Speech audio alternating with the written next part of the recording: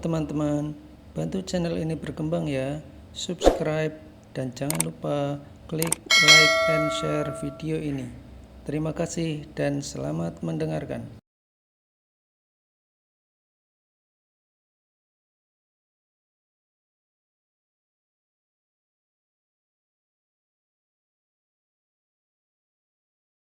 Bab ke-91. Ini kesalahan saya, Tuan. Ucap Arinda dengan suara berat. Dia masih setia berlutut di lantai yang dingin. Kamu pengawal terlatih, bagaimana bisa kamu ceroboh seperti ini? Tanya Rafael tak percaya. Bukankah kamu bisa melacak keberadaanku? Kamu bisa cek aku naik pesawat yang mana? Mbak Arin, apa aku terlalu memandang tinggi dirimu? Yang dikatakan Rafael memang benar. Arinda memiliki pengetahuan IT. Dia bahkan menjadi orang kepercayaan di perusahaannya. Arinda meremas pahanya dengan kuat. Dia akui kali ini dia benar-benar melakukan kesalahan yang fatal. Saya menerima hukuman apa saja yang Anda berikan, Tuan. Tapi saya mohon, jangan buang saya. Tutur Arinda tegas, air matanya mengalir deras di pipinya. Rafael memijit pelipisnya yang pusing, dia belum beristirahat sejak turun dari pesawat. Begitu mendarat dia langsung pergi mencari bunga mawar segar yang baru dipetik untuk istrinya. Tidak hanya kejutannya yang gagal, dia justru mendapatkan pukulan keras yang hampir membuatnya jantungan. Melihat wajah teduh dan memohon istrinya agar tidak menghukum Arinda, membuat Rafael merasa marah dan dia pikir jika Arinda orang yang dia percayai saja tidak bisa diandalkan, siapa lagi yang bisa dia percayai? Aku tidak akan membuangmu, tetapi kamu tidak bisa lagi menjadi pengawal istriku. Sekarang pergi dan ambil hukumanmu. Ujar Rafael dengan suara dingin. Terima kasih Tuan, saya akan pergi menerima hukuman. Jawab Arinda sambil bangkit dari berlututnya. Rafael menghela nafas panjang. Pergilah, jangan sampai istriku tahu semua ini. Jika dia mencarimu, katakan kau ada misi di luar kota. Arinda membungkuk hormat. Dia merasa sedikit sedih karena tidak bisa lagi mendampingi nyonya muda yang baik hati itu. Tidak pernah ada orang yang memperlakukannya sebaik Aisyah, bahkan saudara kembarnya sekalipun. Sejak kecil mereka hidup dengan kasar, dan ketika dewasa mereka menjadi orang yang lebih kasar lagi. Rafael! Rafael! Rafael yang baru saja tertidur terperanjat. Dia mengusap-usap matanya dan menatap Mama Dewi yang menangis. Ada apa? Kenapa Mama menangis? Rafael duduk. Dia menoleh ke samping di mana istrinya tertidur. Dia menelisik penampilan istrinya yang terlihat baik-baik saja. Dia pun bernafas lega. Salah satu bayi kalian ada masalah. Dokter memanggilmu untuk menemuinya. Ucap Dewi sedikit berbisik. Dia takut membangunkan Aisyah dan mengejutkan putrinya itu. Kelopak mata Rafael bergetar dan dia menatap Dewi sekilas lalu mengangguk. Aku titip Aisyah sebentar, Ma. Pergilah. Mama akan menjaganya. Rafael keluar kamar dan mencari ruangan dokter. Dia sedikit cemas. Bayi mereka lahir prematur banyak kemungkinan buruk yang bisa saja terjadi. Sampai dini hari ini, ASI Aisyah belum juga keluar. Dokter mengatakan Aisyah terlalu stres sehingga menghambat produksi ASInya. Kok ibu belum datang juga ya? Itu Laras yang semenjak semalam menunggu Sekar yang tak kunjung datang. Dia sudah bersiap-siap kembali ke rumah. Tidak betah berlama-lama di rumah sakit. Perban di wajahnya masih belum dibuka. Sebenarnya dokter belum membolehkannya pulang. Tapi Laras tidak peduli. Dia hanya ingin pulang ke rumah dan beristirahat dengan nyaman. Laras berjalan menuju taksi yang menunggunya. Sebelum masuk dia melihat Sekar yang berjalan dengan malas-malasan. Ibu. Panggilnya sedikit keras. Sekar menoleh dan menatapnya dengan kening berkerut. Kok baru datang? Tanya Laras lagi. Dia berdiri di depan pintu taksi yang setengah terbuka. Sekar memiringkan kepalanya dan menelisik penampilan gadis di depannya dengan seksama. Kamu? Ini aku. Sama anak sendiri masa lupa. Dengusnya kesal. Sekar menutup mulutnya tak percaya. Dia menarik tangan Laras dan menatapnya. Apa yang terjadi? Kenapa wajahmu diperban? Laras menghela nafas sambil memejamkan matanya. Nanti aku cerita. Sekarang kita pulang dulu. Aku lelah. Sekar mengangguk dan ikut masuk ke dalam taksi. Kok turun di sini, Bu?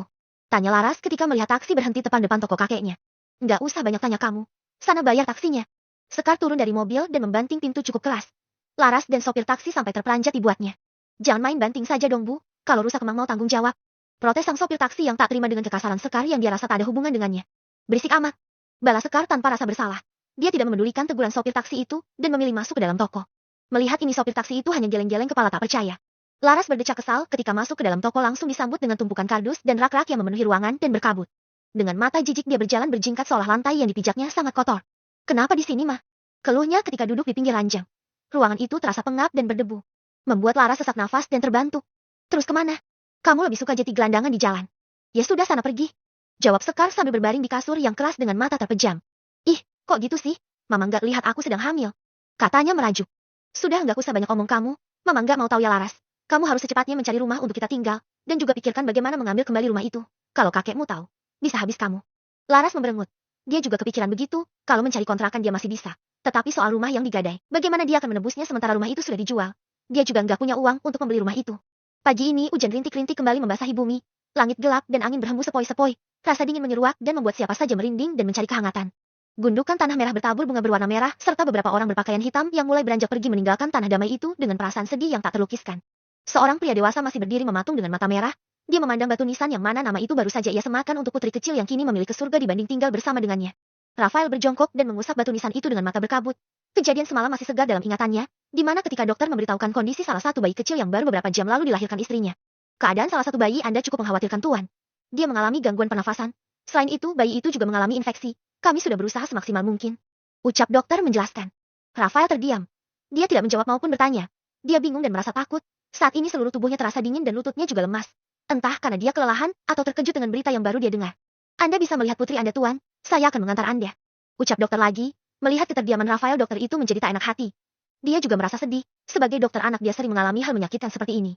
Rafael mengangguk dan berjalan mengikuti dokter ke ruangan NICU. Setelah mengganti pakaian yang disiapkan perawat, dia berjalan masuk dengan tubuh gemetar. Ada beberapa kotak inkubator yang berisi bayi-bayi istimewa yang tertidur di dalamnya. Dokter membawa Rafael ke kotak paling ujung.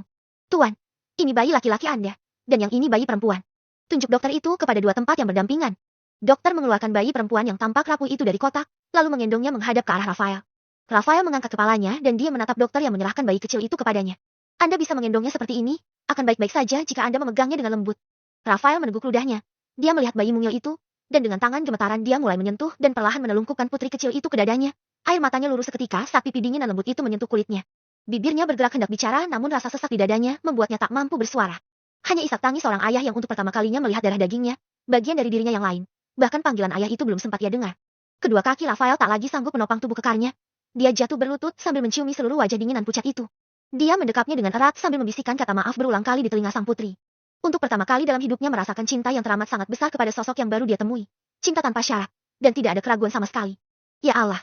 Rafael menegadah, berusaha menenangkan dirinya. Namun rasa sakit itu semakin menusuk dan menghancurkannya. Bagaimana dia akan memberitahu istrinya tentang ini? Dia mengandung, dia melahirkan. Namun tak melihat rupa putrinya, adakah rasa sakit yang lebih kejam dari ini? Bang, panggil Dinda. Dia mengosok lengan Rafael, mencoba memberi ketenangan untuk sang kakak. Kak Ais mencari abang. Mama Dewi tidak punya alasan lagi untuk menutupinya. Rafael menatap makam yang masih basah itu. Dia menghembuskan nafas panjang berkali-kali dan mengusap kasar wajahnya yang tampak lelah. Dedi pulang dulu sayang. Lain kali Dedi akan datang bersama Umi dan abangmu. Batin Rafael, ia mengecup nisan itu dan mengelusnya beberapa kali. Abang mandi dulu. Jangan temui kakak dalam penampilan seperti ini. Kakak baru saja mengalami pendarahan. Aku takut dia syak lagi. Ucap Dinda yang merasa prihatin dengan keadaan Rafael. Dia baru mendapat berita ini subuh tadi. Samuel yang mengabarinya. Pria itu akan kembali nanti setelah semua pekerjaannya selesai. Rafael mengangguk lemah. Rasanya dia ingin mengurung diri di kamar. Menyesali semua perbuatannya yang menyebabkan semua hal buruk ini terjadi. Namun memikirkan sang istri dan anak laki-laki yang masih membutuhkannya, dia tidak bisa terpuruk dan lemah. Abang, panggil Aisyah dengan suara serak. Sejak dia membuka mata dia tidak menemukan keberadaan suaminya. Hatinya terus gelisah, matanya tak lagi bisa dipejamkan, dan pagi ini asinya keluar dan rasa sakit itu membuatnya ingin menangis. Sabar sayang, sebentar lagi suamimu datang, jangan menangis lagi. Bujuk Oma Irma yang tadi dijemput oleh Harindi. Wanita tua itu hampir saja pingsan tadi ketika mendapat kabar itu. Namun melihat keadaan cucu menantunya dia merasa harus kuat dan menjadi penyemangat untuknya. Sementara di luar kamar ada Nia, Melan juga kekasihnya Rian. Mereka bertiga duduk di kursi tunggu, baru saja mereka kembali dari pemakaman, inginnya masuk dan memeluk Aisyah, namun mereka berdua takut wanita itu merasa curiga. Oma Irma dan Mama Dewi sudah mewanti-wanti mereka agar tidak dulu memberitahunya sampai keadaan Aisyah lebih sehat. Suara langkah kaki terdengar mendekat. Rafael dan Dinda muncul dengan pakaian berbeda.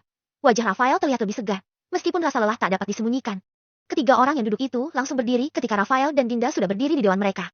Bro, Rian menepuk pelan bahu Rafael dan pria itu mengangguk singkat lalu masuk ke dalam kamar. Sayang, kamu sudah bangun? Sudah sarapan belum? Tanya Rafael. Dia mendekati istrinya yang sedang duduk bersandar di kepala ranjang. Oma Irma dan Mama Dewi duduk di sofa. Mereka melirik Rafael sebentar lalu pergi keluar membiarkan suami istri itu tinggal berdua. Dari mana? Tanya Aisyah lesu. Dia tidak menjawab pertanyaan Rafael karena dia kesal suaminya itu menghilang lagi tanpa kabar. Rafael tersenyum dan duduk di sampingnya. Kenapa belum sarapan? Aisyah menatap suaminya dan dia cemberut karena Rafael tidak menanggapi ucapannya. Aku baru balik dari rumah, ponselku mati. Alasannya, dia meraih tangan Aisyah dan menciumnya berulang kali. Aku mimpi buruk, ucap Aisyah. Rafael mengangkat kelopak matanya dan manik hitam itu beradu dengan bola mata coklat nan teduh dan lembut itu. Mimpi apa? Itu hanya bunga tidur. Kamu pasti lupa baca doa kan? Aisyah menggelengkan kepala. Aku selalu baca doa kok. Mimpi ini terasa sangat nyata bang. Suara Aisyah mengecil dan matanya berair. Rafael menggenggam kedua tangannya dan meremasnya pelan. Apapun yang terjadi itu adalah takdir Allah. Kita hanya bisa mengubah apa yang dia izinkan, namun kita harus menerima ketetapannya. Dalam hatinya Rafael menangis. Dia merasa bersalah telah menyembunyikan hal besar ini dari istrinya. Namun dia terpaksa, semua dia lakukan demi kesehatan Aisyah. Bab ke-92. Malam harinya, Aisyah mengalami demam tinggi. ASI Aisyah sudah keluar dan mengalami pembengkakan.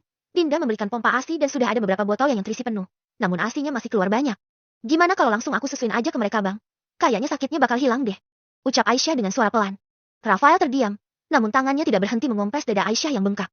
Aisyah menghela nafas panjang melihat keterdiaman Rafael. Kamu belum kuat bergerak sayang. Balas Rafael sambil mengambil lagi tisu untuk menyeka ASI yang keluar. Kamu kenapa sih? Dari tadi siang kamu terus saja beralasan seperti ini. Kan ada kursi roda. Aisyah merasa kesal, tadi siang dia ingin menjenguk bayinya, tetapi Rafael terus melarang dengan berbagai alasan yang menurut Aisyah itu sedikit mencurigakan.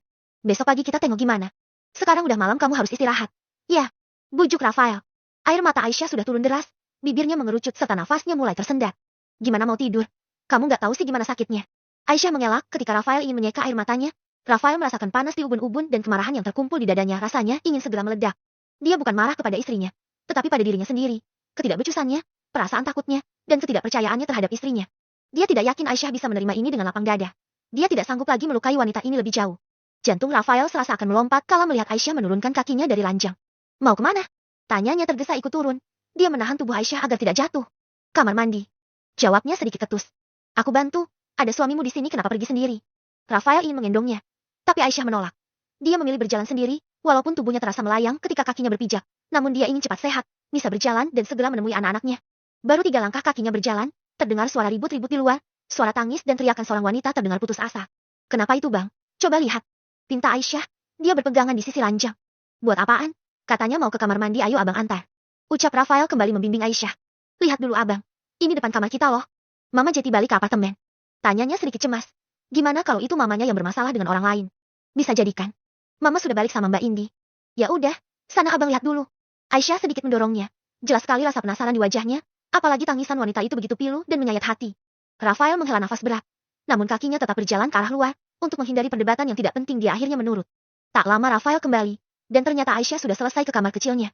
Dia menatap Rafael menunggu berita yang dia inginkan. Apa yang terjadi? Tanya Aisyah ketika Rafael masih belum membuka suara.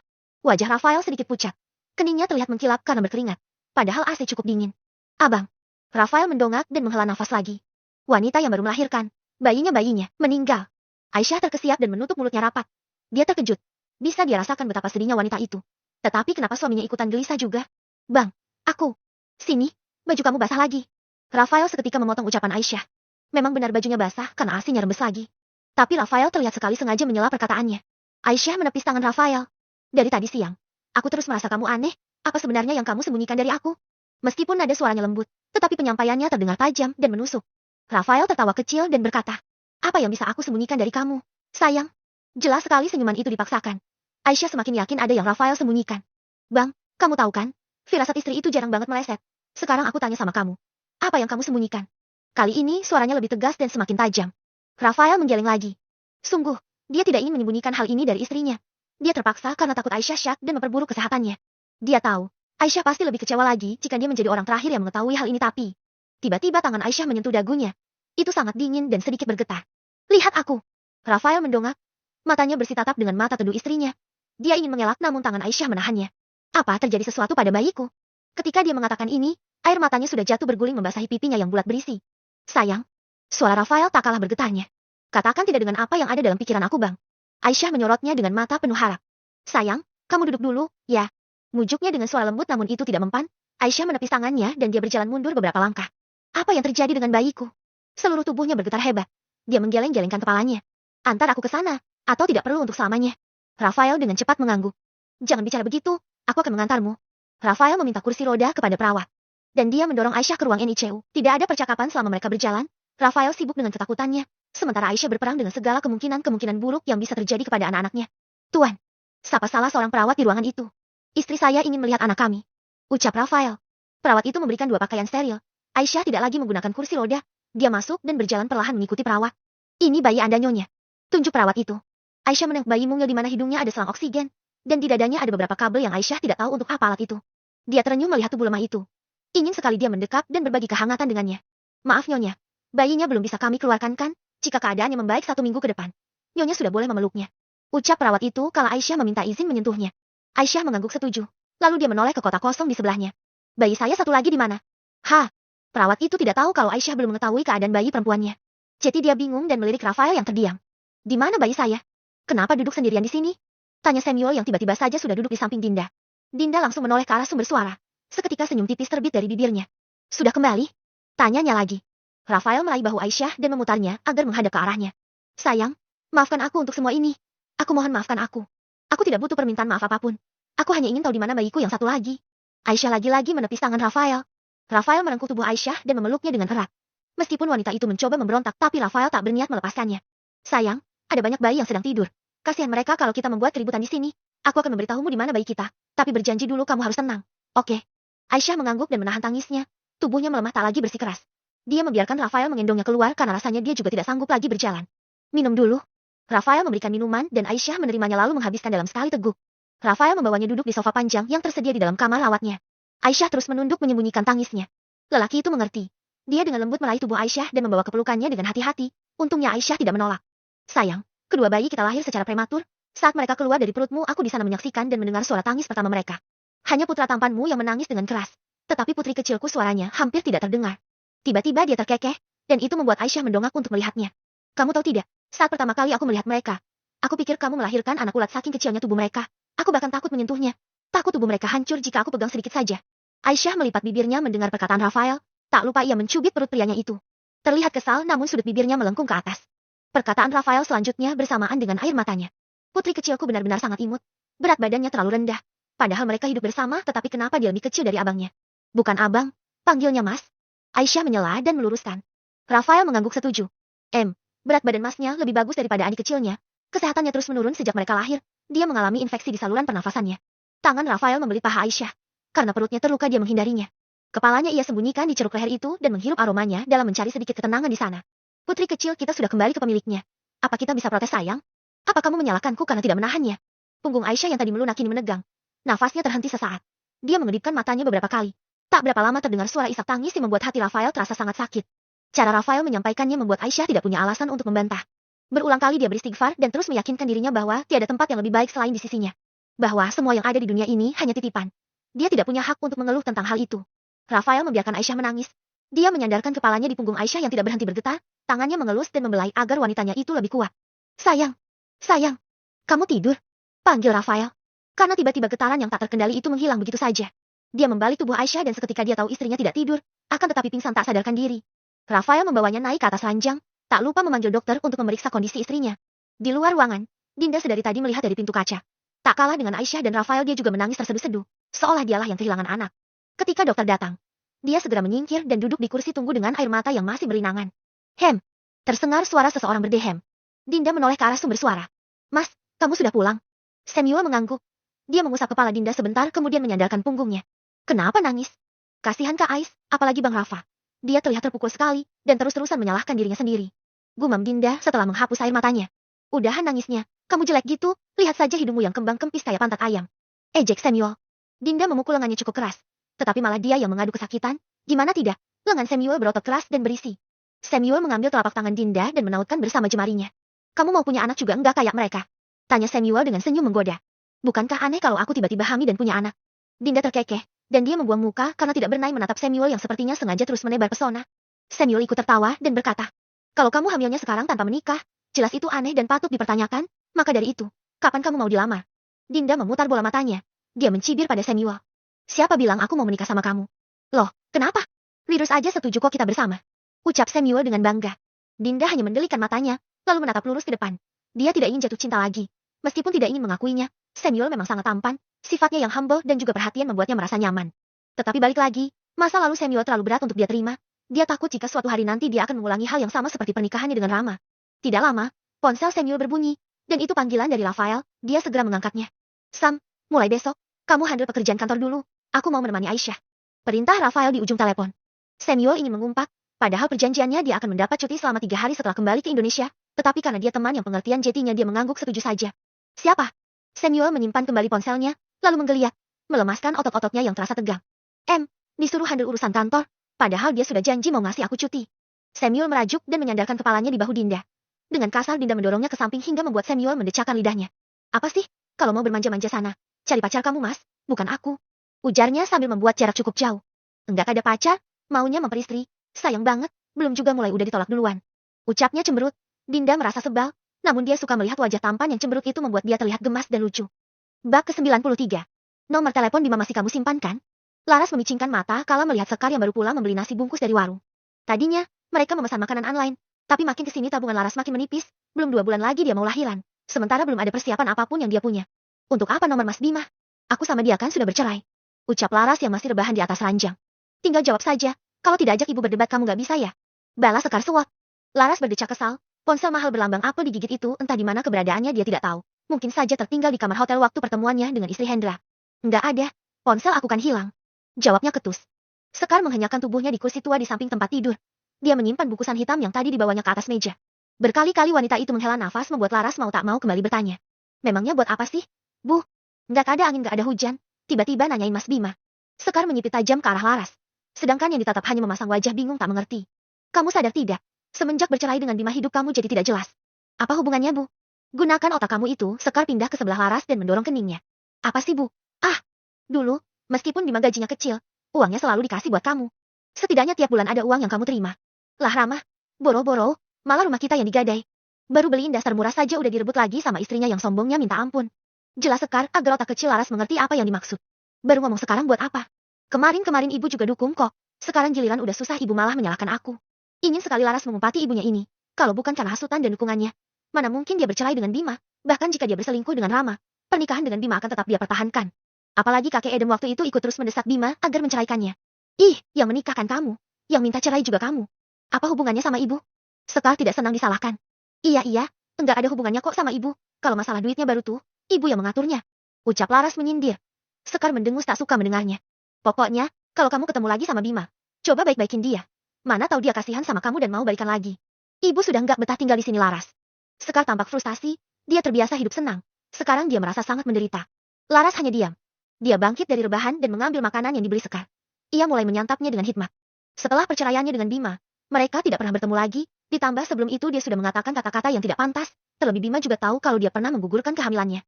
Rasanya, tidak mungkin lelaki itu akan mau kembali rujuk dengannya. Menerima dirinya saja sudah mustahil, apalagi anak dalam kandungannya. Itu lebih tidak mungkin lagi. Ah, malas banget punya pikiran kayak begini. Setelah aku lahiran nanti, aku pasti bisa menemukan lelaki yang lebih kaya dari suaminya Ais yang sombong itu. Lagi pula dia dan Bima sama-sama tidak punya perasaan apa-apa. Jadi buat apa juga mereka kembali bersama? Nyonya, ada Mbak Putri di ruang tamu. Beliau baru datang dan mencari Nyonya. Lapor Simbok asisten rumah tangganya. Dinda yang baru keluar dari kamar mendesah pelan mendengar kedatangan ibu dari papanya. Setiap kali wanita tua itu berkunjung tidak akan ada yang berakhir baik. Ada saja yang akan dia komentari. Jam segini baru bangun.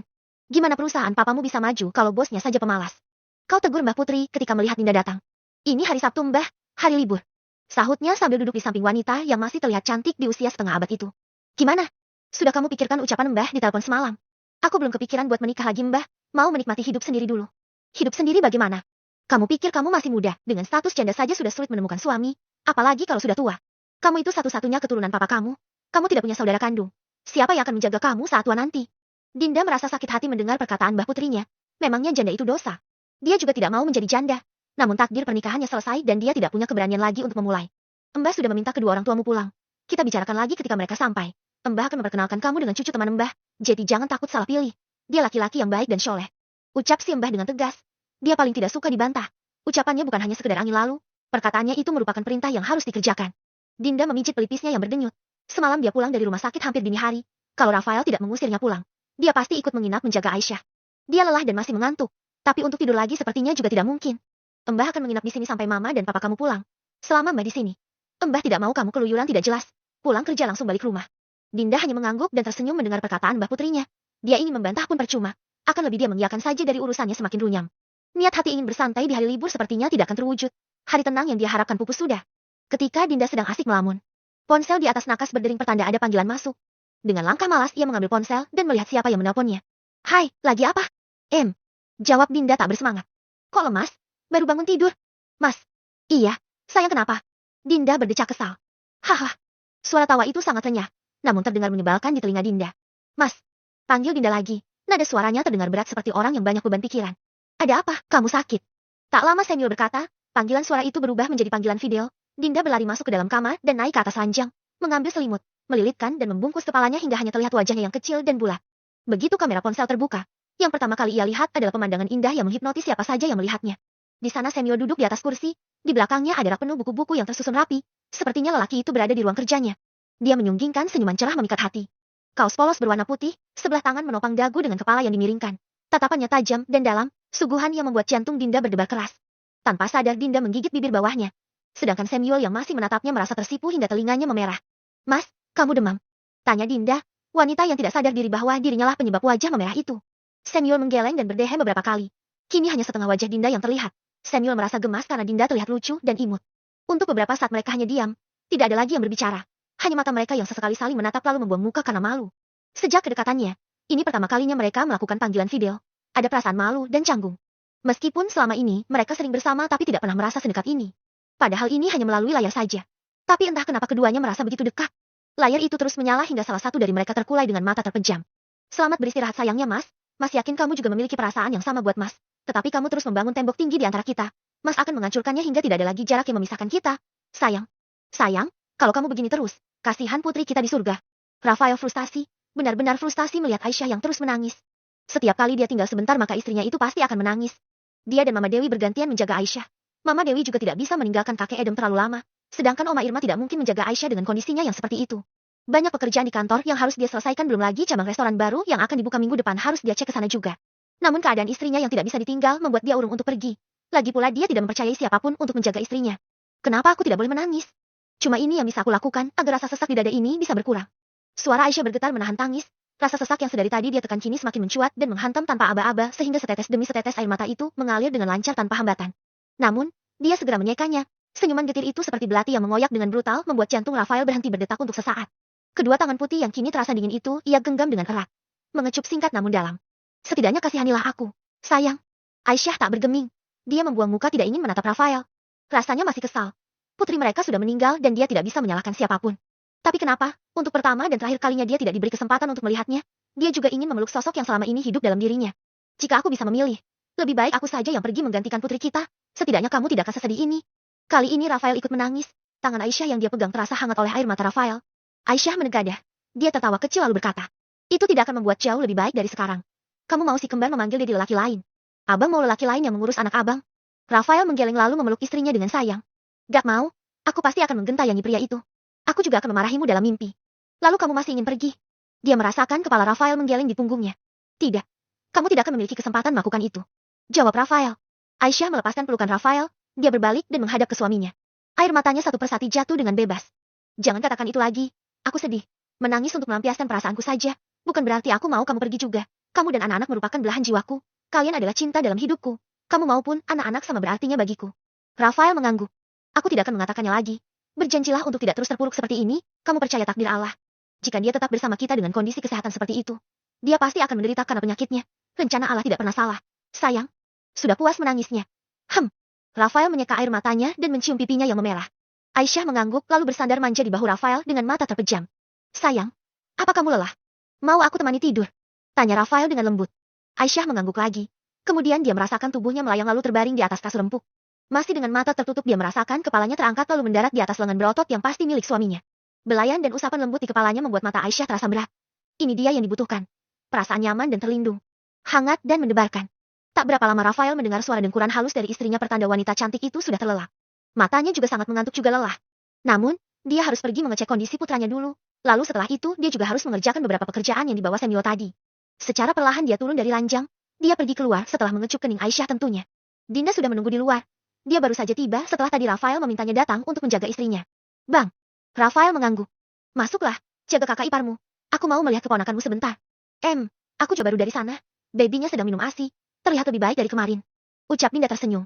Dia sudah tidak sabar ingin memeluk keponakannya itu. Dinda masuk ke dalam kamar rawat Aisyah, sementara Rafael langsung pergi setelah memastikan istrinya benar-benar aman untuk ia tinggalkan. Bab ke-94. Waktu terus berlalu. Besok, Aisyah akan membawa pulang putra mereka dari rumah sakit setelah 2 bulan menginap di sana. Bayinya sehat dan kuat. Saat itu, perasaan bahagia dan cinta yang tulus meluap dari dalam hati Aisyah ketika mencium wajah bayi laki-laki mereka yang sehat dan gembul. Dengan kemesraan yang terselip dalam ketenangan, Rafael menatap Aisyah dengan penuh cinta. Tidurlah, istriku. Aku akan menjaga kalian berdua. Rafael mengambil alih putra mereka, memindahkannya ke dalam boks bayi dengan penuh kehati-hatian. Aisyah mengangguk. Dia memejamkan matanya kembali, rasa kantuk sudah menguasainya. Rafael mencium lembut kening Aisyah sambil mengucapkan, "Selamat tidur, sayang. Aku akan selalu ada di sini untukmu." Aisyah mendengkur halus. Dia terlelap karena merasa sangat lelah dan juga kurang tidur. Semalam bayinya menangis sampai pagi sehingga Aisyah mau tak mau harus begadang menjaganya. Rafael tersenyum melihat Aisyah yang tertidur pulas. Dia mencium lembut pipi Aisyah dan menjaganya dengan penuh kasih sayang. Pagi hari, Aisyah terbangun dengan tubuh yang lebih segar. Perlahan dia turun dari ranjang, namun gerakannya membangunkan Rafael. Rafael terduduk dan melihat Aisyah yang sudah bangun. "Kenapa kamu tidak memberitahuku jika kamu sudah terbangun? Ayo, aku akan membantumu." Aisyah tersenyum dan mengangguk. "Aku mau mandi dulu." Rafael mengangguk dan membantu Aisyah ke kamar mandi. Baiklah, saya mandi dulu, aku akan mengambil sarapan untukmu. Makasih, abang. Rafael tersenyum tipis. Sama-sama, sayang. Aisyah membersihkan dirinya, setelah itu memakai pakaian yang sudah disiapkan oleh Rafael. Ketika dia keluar, suaminya itu sudah menunggunya. Sang bayi mungil nan tampan itu juga telah selesai dimandikan perawat. Kini dia sudah wangi dan menggemaskan. Rafael tersenyum melihat Aisyah yang telah siap. Kamu terlihat cantik seperti biasanya, sayang. Ayo, sarapan dulu, baru bersiap untuk pulang. Aisyah duduk di samping Rafael, menikmati sarapan istimewa penuh cinta yang disiapkan suami tampannya itu. Setelah sarapan selesai, Rafael memegang tangan Aisyah dengan lembut. Kamu tahu, sayang, kamu adalah segalanya bagiku. Aku merindukan saat-saat kamu bermanja. Aku akan menjaga kalian berdua sepenuh hati. Aisyah yang tengah memberi bayinya ASI, tersenyum. Dia menatap Rafael dengan lembut. Aku tahu. Sekarang cepatlah. Abang sudah menyiapkan semuanya kan? Aku sudah tidak betah di sini. Rafael mengangguk seraya melepas pegangan tangannya dari Aisyah. Tentu. Aku tahu kamu tidak betah di rumah sakit, sayang. Duduk di sini, tidak perlu membantuku. Kamu tinggal duduk manis saja. Biarkan suami tampanmu ini yang bekerja. Aisyah tertawa mendengar celetukan Rafael. Setelah semuanya beres, Aisyah dan Rafael keluar dari kamar rawatnya. Di luar, sudah ada beberapa pengawal yang menunggu. Ada juga Dinda dan Nia di sana. Rafael melajukan mobil dalam keheningan yang nyaman. Dia melirik ke arah Aisyah yang duduk di sampingnya dengan mengendong putra mereka. Dan, seakan tak terucapkan, tatapannya menyilakan cinta dan kebahagiaan yang tak terhingga. Ribuan kata terima kasih rasanya tidak cukup menggambarkan perasaannya saat ini. Setibanya di rumah, wanita cantik itu segera turun setelah Rafael membukakan pintu. Mereka bertiga masuk ke dalam rumah yang sudah dipenuhi hiasan-hiasan dan balon berwarna biru. Aisyah terkejut. Semua orang bertepuk tangan dan memberi selamat atas kepulangannya. Aisyah melihat Rafael. Bang, ini apa? Rafael tersenyum. Ia merangkul bahu Aisyah. Acara penyambutan untukmu dan putra kita, sayang. Mama sama Oma dan yang lain menyiapkannya. Mata Aisyah berkaca-kaca. Dia tidak tahu kalau akan ada sambutan seperti ini begitu dia sampai di rumah. Di satu sisi dia merasa sangat bahagia, di sisi lain dia juga sedikit sedih. Aisyah tersenyum tulus. Terima kasih semuanya. Ini sangat indah. Aku tidak tahu apa yang harus kukatakan.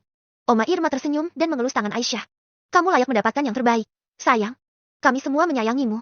Terima kasih sudah memberikan Oma Cicit yang tampan. Oma Irma menatap bahagia cicit pertamanya yang saat ini berada dalam gendongan Mama Dewi. Dia tampan karena mewarisi wajahku, kata Rafael dengan wajah bangganya. Oma Irma mencibikkan bibirnya. Siapa bilang? Wajahnya jelas mirip almarhum kakeknya. Putraku sangat tampan, tidak sepertimu. Balas Oma Irma sengit. Rafael mendengus. Putra Oma itu. Papaku kalau Oma lupa. Rafael membalas dan mulai menabur pertengkaran. Aisyah mencubit lengan Rafael. Sudah, abang. Kenapa suka sekali berdebat sama Oma? Sih. Oma Irma tersenyum penuh kemenangan sedangkan Rafael tersenyum kecut sambil memeluk Aisyah. Samuel meraih sakunya dan menyalakan rokok. Dia diam sejenak sambil menatap Dinda yang asik bercengkrama dengan Nia dan Oma Irma. Setelah habis, dia menghembuskan asap dan memejamkan mata. Hari ini dia mengetahui satu fakta penting. Apa yang harus dia lakukan? Wanita yang dia cintai akan dijodohkan dengan pria lain. Samuel merasakan gumpalan emosi dalam dirinya. Dia bisa saja memaksa Dinda dan menikahi wanita itu. Tapi dia tidak ingin melakukannya. Yang Samuel mau Dinda juga memiliki perasaan cinta padanya. Dinda merasakan tatapan tajam ke arahnya. Dia menoleh dan mendapati Samuel di sana. Dinda melambaikan tangan dan Samuel tersenyum tipis sebagai balasan. Dinda merasakan suasana hati Samuel tidak terlalu baik. Dia melihat pria itu berjalan keluar dan dia mengikutinya. Dinda melihat Samuel duduk di gazebo taman dengan asap rokok yang mengepul keluar dari hidungnya. Dinda duduk di samping Samuel dengan perasaan cemas. Dia diam sejenak sebelum akhirnya berkata, "Ada apa, Mas? Kamu terlihat banyak pikiran." Samuel menarik nafas dalam-dalam. Kemudian menatap Dinda dengan wajah yang penuh kesedihan. "Dinda, apa hati tidak bisa menerima diriku? Aku mencintaimu. Aku sadar dengan masa laluku yang kelam. Aku sudah berhenti sejak saat aku mulai mendekatimu." Dinda dapat merasakan kesedihan Samuel. Tapi, Dinda juga bingung apa yang harus dia lakukan. Dinda menarik ujung baju Samuel. "Aku akan memikirkannya, Mas. Aku takut Mama sama Papa tidak menyetujui hubungan kita. Apalagi Mbah Putri sudah memilihkan sendiri calon untukku. Aku tidak bisa menentang keinginan kedua orang tuaku, Mas." Samuel menangis. Ini pertama kali dalam hidupnya dia meneteskan air mata. Hati Samuel terasa hancur. Dia benar-benar mencintai Dinda. Sangat mencintai wanita cantik berhijab itu. Dinda terkejut. Tidak dia sangka akan melihat seorang Samuel akan menangis untuknya. Ia mengelus punggung Samuel dengan lembut. "Jangan menangis, Mas. Pernikahan saja belum terjadi. Aku bahkan belum bertemu dengan lelaki itu. Aku juga menyukaimu, Mas. Kamu pasti tahu. Aku hanya takut gagal lagi." Sementara itu di sisi lain, kini Laras dan ibunya Sekar tengah berada di klinik yang terletak tak jauh dari tempat tinggalnya. Laras terjatuh ketika dia pergi ke kamar mandi. Wanita itu merasakan kesakitan di perutnya. Sekar menduga Laras mungkin akan melahirkan. Laras terus menjerit kesakitan. Sekar panik dan memanggil dokter. Mereka segera membawa Laras ke ruang persalinan. Namun sudah beberapa jam menunggu Laras tak kunjung melahirkan juga. Bukaannya juga hanya 2 tidak ada kemajuan setelah 3 jam waktu terlewat. Dokter menyarankan Laras untuk secair. Namun wanita itu menolak dengan tegas. Dia tidak ingin ada cacat di tubuhnya. Luka di wajahnya saja belum sembuh. Sekarang dia harus menambah luka lagi. Laras tidak mau. Laras berteriak lagi ketika kontraksi itu datang. "Sakit, sakit Bu." Sekar memegang tangan Laras dengan erat. "Memang harus sakit, Laras. Kalau tidak sakit bagaimana bayimu bisa keluar? Tidak usah manja. Bukan cuma kamu yang pernah merasakannya. Ibu lebih dulu daripada kamu. Semua perempuan juga pasti mengalaminya kok. Mendengar ini Laras semakin menjerit dengan keras. Para perawat dan pasien yang ada di sekitar sangat terganggu dengan keributan yang dibuat Laras. Tiba-tiba seorang wanita parubaya yang sudah tidak tahan memaksa masuk meski sudah ditahan oleh perawat. Maaf, Mbak. Coba minta maaf dulu sama suaminya. Siapa tahu persalinannya jadi lancar. Atau kamu pernah merasa menyakiti seseorang. Minta maaf sama orang itu, insya Allah. Allah akan mempermudah jalannya. Kata wanita parubaya itu sambil menatap Ibu Laras yang berwajah pucat. Sekar tidak senang dia berdiri berkacak pinggang. Heh, ibu pikir ibu ini siapa? Kapan putri saya menyakiti orang lain? Yang ada orang-orang tuh yang menyakiti kami. Dia janda, suaminya menceraikan dia karena suaminya selingkuh. Tidak bertanggung jawab dengan anak dan cucu saya. Kalau tidak tahu masalahnya, jangan ikut campur. Wanita parubaya itu mengusap dadanya. Tidak menyangka dengan reaksi yang ditunjukkan Sekar. Dia segera pergi setelah meminta maaf pada Sekar dan Laras. Laras menahan tangisnya dan mengepalkan tinju erat-erat. Bu, mungkin yang dikatakan ibu-ibu tadi itu benar. Aku. Sekar kesal dan marah. Dia memukul lengan Laras. Apa-apaan kamu Laras? Tidak ada hubungannya dengan itu. Sekarang kamu fokus saja agar cepat melahirkan. Ibu capek nungguin kamu. Laras merasa frustasi. Entah rasa sakit yang mana dulu yang dia rasakan. Semua kepedihan terasa begitu memilukan. Meski ibunya di sini mendampinginya, namun Laras tidak merasa kenyamanan sama sekali. Kekuatan dan dukungan yang ia harapkan hilang bersama pukulan yang diberikan Sekar. Tanpa mengatakan sepatah kata pun, Laras memalingkan wajah dan menahan rasa sakit dalam hati. Ia tak menghiraukan panggilan Sekar yang masih terus mengomel padanya. Hingga malam tiba, Laras masih belum juga melahirkan. Dokter terpaksa mengirimnya ke rumah sakit besar. Mau tak mau Laras menurut juga. Berita ini sudah sampai ke telinga Dewi. Maira yang memberitahunya, gadis itu baru saja menelpon dan menceritakan kondisi Laras. Dewi berpikir, dan merasa ragu. Haruskah dia memberitahu bapaknya atau tidak? Edem melihat kegelisahan Dewi. Meskipun bicaranya tidak terlalu jelas, tapi Dewi masih paham dengan apa yang bapaknya katakan. Pak. Dewi berjongkok, dia memegang kedua tangan Edem. Laras di rumah sakit sekarang, dia kesulitan melahirkan Pak, mungkin akan dilakukan tindakan secaer. Ucap Dewi dengan hati-hati agar bapaknya tidak terkejut. Edem memegang dadanya. Dia terkejut. Hanya sebentar kemudian mengambil kembali ketenangannya. Sesuai keinginan Edem, Dewi pergi membawanya ke rumah sakit menemui Laras. Meskipun ada perasaan sedih di hatinya. Ketika dia mengetahui Aisyah masuk rumah sakit dan cucunya meninggal, dia tidak tergerak sedikit pun. Namun giliran Laras, bapaknya menjadi gelisah. Bab ke-95. Dewi dan Edem baru saja sampai di rumah sakit. Dia mendorong kursi roda Edem dengan hati-hati, lalu menanyakan kepada petugas di mana kamar rawat Laras. Ternyata Laras di ruang operasi Pak. Kata Dewi memberitahu Edem. Dewi segera membawa Edem ke sana. Dari kejauhan Dewi melihat Sekar yang sedang tiduran di bangku panjang yang tak jauh dari ruang operasi. Dewi membangunkan Sekar pelan dan bertanya kepadanya dengan lembut. Bagaimana keadaan Laras? Edem hanya berdiri di belakang memperhatikan keadaan Sekar. Sekar terkejut melihat kedatangan Dewi dan bapaknya. Sekar menjawab dengan suara lemah. Laras jatuh dan perutnya sakit. Usia kehamilannya sudah 9 bulan. Wajar saja sudah waktunya melahirkan juga. Edem menatap Sekar dengan khawatir, tetapi tidak mengucapkan sepatah kata pun. Sekar menatap bapaknya dengan mata berkaca-kaca. Dia menghampiri Edem dan berkata, Bapak kemana saja? Kami sudah mencari Bapak kemana-mana. Ayo kembali. Ke rumah, Pak. Edem menggelengkan kepala. Maafkan Bapak, Kak, Nak. Dia mencoba meyakinkan Sekar, tetapi tetap terlihat sedih dalam tatapannya. Tidak apa-apa, Pak. Ini juga salahku waktu itu tidak segera kembali ke rumah sakit. Aku demam selama 3 hari. Mungkin karena kurang tidur. Ucap Sekar berbohong. Padahal, waktu itu dia hanya malas mengurus Edem. Edem tidak tahu kalau Sekar demam. Dia pikir karena Sekar sudah tidak peduli dengannya makanya tidak datang lagi ke rumah sakit. Dia sudah salah sangka sehingga dia merasa bersalah sudah pergi diam-diam. Tangan Edem bergerak. Sekar segera meraihnya dan menciumnya beberapa kali menunjukkan betapa dia sayang dan merindukan bapaknya itu. Bapak, pulang sama aku dan Laras ya. Pak, kami rindu sama Bapak. Mujuknya, dengan adanya Edem di rumah, pasti Dewi akan memenuhi semua kebutuhan rumah dan menyiapkan perawat juga untuk Edem. Dia bisa kembali hidup santai tanpa banyak berpikir. Pokoknya, apapun yang terjadi, dia harus bisa membawa Edem pulang. Dari wajahnya saja, Dewi sudah melihat dengan jelas niat Sekar. Dewi mencibir dalam hati, namun dia tidak mengatakan apapun. Edem mengangguk setuju dengan ajakan Sekar. Dia juga merindukan kamarnya. Dia rindu setiap sudut rumahnya. Di mana kenangan dia dengan almarhumah istrinya. Pak, Dewi mengepalkan tangannya erat-erat. Jika Bapak pulang dengan Sekar, aku mungkin tidak akan sempat menjenguk Bapak lagi. Suara Dewi memelan, hampir terdengar berbisik. Yaelah Mbak, kalau mau jenguk aja sih, kalian kan punya mobil. Atau kalau enggak Mbak juga sekalian ikut pulang dengan kami. Dewi memicingkan mata melihat Sekar yang memandang sinis padanya. Pulang kemana? Memangnya kalian punya rumah? Aku jadi penasaran. Mereka tinggal di mana sekarang? Pikir Dewi dalam hatinya. Edem juga melihat Dewi. Dari tatapan matanya sepertinya dia setuju kalau Dewi ikut dengan mereka. Namun, melihat kepala Dewi yang menggeleng wajah Edem menjadi murung, dia hanya ingin berkumpul lagi dengan anak cucunya seperti dulu. Tapi sepertinya harapan itu tidak akan terwujud. Dewi menegaskan. Aku tidak bisa. Ais baru saja melahirkan. Aku ingin bersama anak dan cucuku. Sekar terkejut. Dia tidak tahu kalau Aisyah mengandung. Hah? Ais hamil? Bukannya dia mandul? Ya. Ucapnya enteng tanpa berpikir perkataannya itu mungkin menyakiti orang lain. Astagfirullahalazim. Sekar. Bentak Dewi cukup keras, sehingga bukan hanya Sekar tapi Edem pun ikut terkejut. Jaga mulut kamu. Jangan asal bicara. Lidahmu itu benar-benar sangat berbahaya. Jangan sampai kata-katamu itu mencelakai dirimu sendiri. Sekar mendengus. Sensi banget, sih. Padahal aku cuma nanya. Balasnya acuh tanpa ada rasa bersalah sedikit pun. Perdebatan mereka terhenti kala dokter keluar membawa bayi laras yang dibungkus dengan kain. Dewi dan Adam segera mengikuti sementara Sekar dengan malas-malas mengekor dari belakang. Bayinya perempuan. Dewi berkaca-kaca melihat bayi mungil yang masih merah itu. Dia teringat dengan cucunya yang lebih dulu ke surga. Benar, Bu. Bayinya perempuan. Cantik seperti mamanya. Jawab dokter wanita itu. Adam tidak hentinya tersenyum andai dia sehat. Ingin sekali dia mengendong cicitnya itu. Dokter mulai membersihkan bayi itu namun ada yang aneh. Kedua tangannya bergerak dan terlihat normal. Namun kedua kakinya tetap tergeletak lemah seperti tak bertenaga. Kedua dokter wanita yang sedang membersihkan bayi laras itu saling menatap seolah tahu apa yang ada dalam pikiran masing-masing. Salah satu dari mereka segera melakukan stimulasi dengan cara mengangkat salah satu kakinya namun tidak ada respon sama sekali. Berbeda dengan kedua tangannya yang disentuh langsung bergerak jari-jarinya. Dewi dapat melihat gelagat mencurigakan dari kedua dokter tersebut, dia ingin bertanya. Namun urung ia lakukan karena mendengar Sekar memanggil nama Laras. Kakek. Suara Laras terdengar lemah memanggil Adam. Hati Adam terenyuh melihat cucu kesayangannya itu.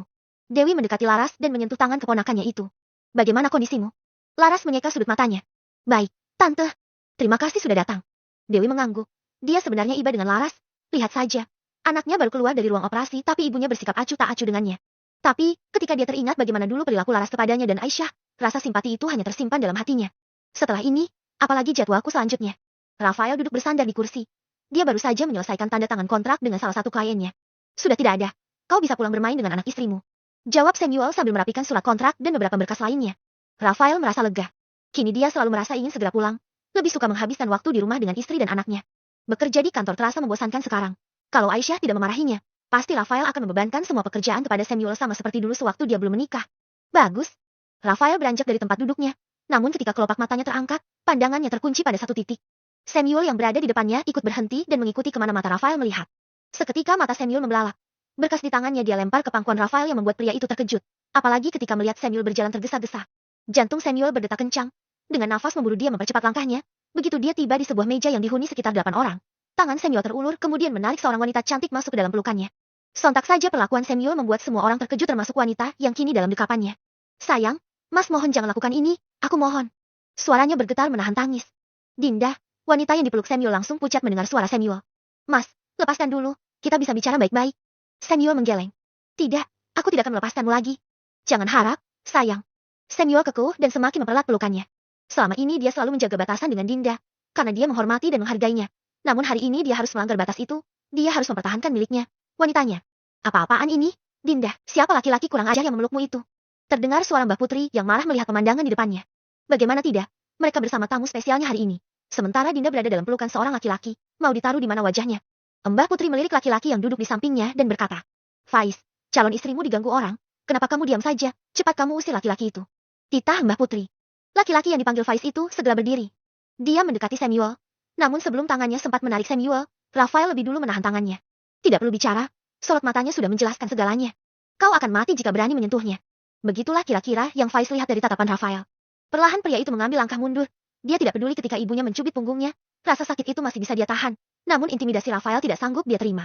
Rafael menepuk bahu Samuel. Tenanglah, kita bicarakan dulu baik-baik. Samuel tidak mengindahkan perkataan Rafael, dia tetap memeluk Dinda dan menyembunyikan wanita itu di balik chestnya. Samuel, jangan buat aku mengatakan 2 kali. Kau tahu, aku lebih dari mampu untuk membuatmu tidak melihatnya seumur hidupmu. Deh. Samuel menggeleng. Dia tahu, sangat tahu. Maka dari itu, dia segera melepaskan pelukannya dari Dinda. Samuel melirik Rafael, pria itu mengangguk seolah mengatakan, percaya padaku. Samuel menatap Dinda, di mana wajah wanitanya itu basah dengan air mata.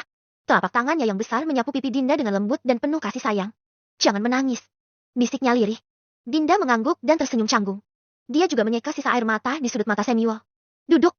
Titah Rafael kepada Samuel. Lucunya, Faiz memberikan kursinya sementara dia berdiri. Kedua orang tua Faiz dan Mbah Putri merasa sangat kesal melihat kebodohan pria itu, namun mereka hanya mampu menelan kemarahannya. Saya ingat, kamu adalah keponakan menantu saya, kan? Meski begitu bukan berarti kamu punya hak berbicara di sini. Papa Dinda masih hidup. Saya juga masih sangat sehat, bukan giliranmu mengambil keputusan. Rafael tidak memedulikan perkataan wanita tua itu. Dia melirik Samuel yang masih menggenggam tangan Dinda. Hanya tangan, aku mohon. Pertama kali melihat sisi lemah sahabatnya, Rafael tidak punya pilihan selain mengalah. Karena Samuel memilih berdiri dengan Dinda, akhirnya kursi yang diberikan Faiz diambil alihnya. Om, Tante. Sapa Rafael kepada orang tua Dinda yang masih terlihat terkejut dengan apa yang terjadi. Pasangan suami istri itu tersenyum dan mengangguk. El, kamu apa kabar? Tanya Sofia Mama Dinda. Rafael mengangguk. Baik, Tante. Sofia. Suara Mbah Putri terdengar marah. Sofia seketika menunduk. Dia melihat anak laki-lakinya dan berkata, Dinda putrimu, kamu yang harus memutuskan dengan siapa dia akan menikah. Ibu sudah memilihkan laki-laki yang baik untuknya. Mbah Putri melirik Faiz yang hendak duduk di kursi yang baru pelayan bawakan. Rafael tertawa mendengarnya. Dia merasa ucapan wanita tua itu sangat lucu. Lihat betapa kurang ajarnya anak ini. Apa kamu sedang menertawakan, saya? Mbah Putri tidak pernah suka dengan keluarga Sofia. Terlebih Rafael yang terlihat seperti berandalan. Rafael melirik pria yang akan dijodohkan dengan Dinda. Baik saja tidak cukup, sebagai pria kamu juga harus bisa melindungi wanitamu. Faiz merasa tersindir. Jujur saja dia memang penakut jika sudah berhadapan dengan orang-orang seperti Rafael. Penampilannya saja sudah mengintimidasi. Belum lagi tato naga di lehernya itu. Faiz yakin Rafael bukan orang biasa. Mbah Putri mengeblak meja, lalu melirik putranya yang masih diam seperti orang bodoh. Kamu masih diam? Hah? Orang lain mengacaukan keluargamu. Kau diam saja. Sofia tak senang mendengarnya. Bu, El bukan orang lain. Dia keponakan kandungku, sepupu Dinda. Mata Mbah Putri melotot. Sepupu? Bahkan jika putraku meninggal, masih ada aku. Dia tidak punya hak sama sekali. Papa Dinda bukannya bodoh, tapi dia tahu. Pria yang menempel seperti perangko dengan putrinya itu adalah orang kepercayaan Rafael. Dulu, ketika perusahaannya di Mabang kebangkrutan, Rafael lah yang menyuntikkan dana sehingga perusahaannya bisa terselamatkan. Lagi pula, Semio juga sudah mapan. Apalagi dia bawahan Rafael. Apa dia punya keberanian menyakiti Dinda? Bu, ibu tenang dulu. Dia berusaha menenangkan ibunya. Lalu dia melirik Dinda dan Samuel. Kalian berdua juga duduklah. Kita bicarakan, cari solusinya. Dinda mengangguk dan membujuk Samuel. Mereka berdua akhirnya duduk meski tangannya masih tak dilepaskan pria itu. Bab ke-96. Bang, kamu baru pulang? Rafael membuka dasinya dan menjawab. Ya, baru aja sampai. Aku tidak tahu kamu sedang menyusui. Aku ganggu kamu enggak? Bagaimana kabar kalian hari ini, sayang? Aisyah tersenyum lebar. Enggak apa-apa asal kamu enggak kerebutan sama baby Azam, enggak bakal ganggu kok. Alhamdulillah hari ini kami baik-baik saja. Abang, gimana? Rafael memandangi Aisyah yang tengah fokus memberi baby Azam ASI. Sepertinya, aku sedang tidak baik-baik saja, sayang. Rafael menggertakkan giginya lalu membelakangi mereka berdua. Dia duduk di lantai bersandar ke bingkai ranjang dengan salah satu tangan diletakkan di atas lutut. Aisyah merasakan gerakan di belakangnya. Dia bingung kenapa suaminya terlihat gelisah. Melihat putra kecilnya terlelap, Aisyah menyudahinya lalu merapikan bajunya. Abang kenapa? Tanya Aisyah sambil duduk di tepi ranjang samping Rafael.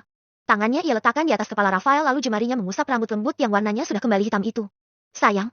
Suara Rafael terdengar berat, Aisyah menaikkan alisnya. Kenapa? Sayang. Rafael merengek, lalu mendusel-duselkan kepalanya di paha Aisyah seperti anak kucing yang manja. Aisyah melipat bibirnya menyembunyikan senyuman jahat. Dia tahu keinginan Rafael namun sengaja menggoda suaminya itu. Abang kenapa sih? Kok kayak baby Azam? Manja. Rafael membenamkan kepalanya di pinggang Aisyah. Dia merengek lagi. Aisyah merasa geli mendengarnya sehingga dia tertawa terbahak-bahak. Rafael semakin merajuk karena merasa dipermainkan oleh istrinya yang cantik. Rafael bangkit dari duduknya. Dia pindah ke atas ranjang menarik selimut dan menyembunyikan kepalanya. Aisyah menutup mulutnya menahan tawa hingga wajahnya memerah. Dia menyusul Rafael naik ke atas kasur. Kenapa, sayang? Kalau abang gak bilang Ais gak tahu loh, abang maunya apa? Kini giliran Aisyah yang bicara dengan manja. Dia memeluk Rafael dari belakang. Rafael tersentak sedikit oleh godaan Aisyah. Dia menahan diri karena masih marah dan tidak ingin mudah luluh begitu saja. Tetapi keinginannya sudah sangat mendesak. Tidak bisa ditunda lagi.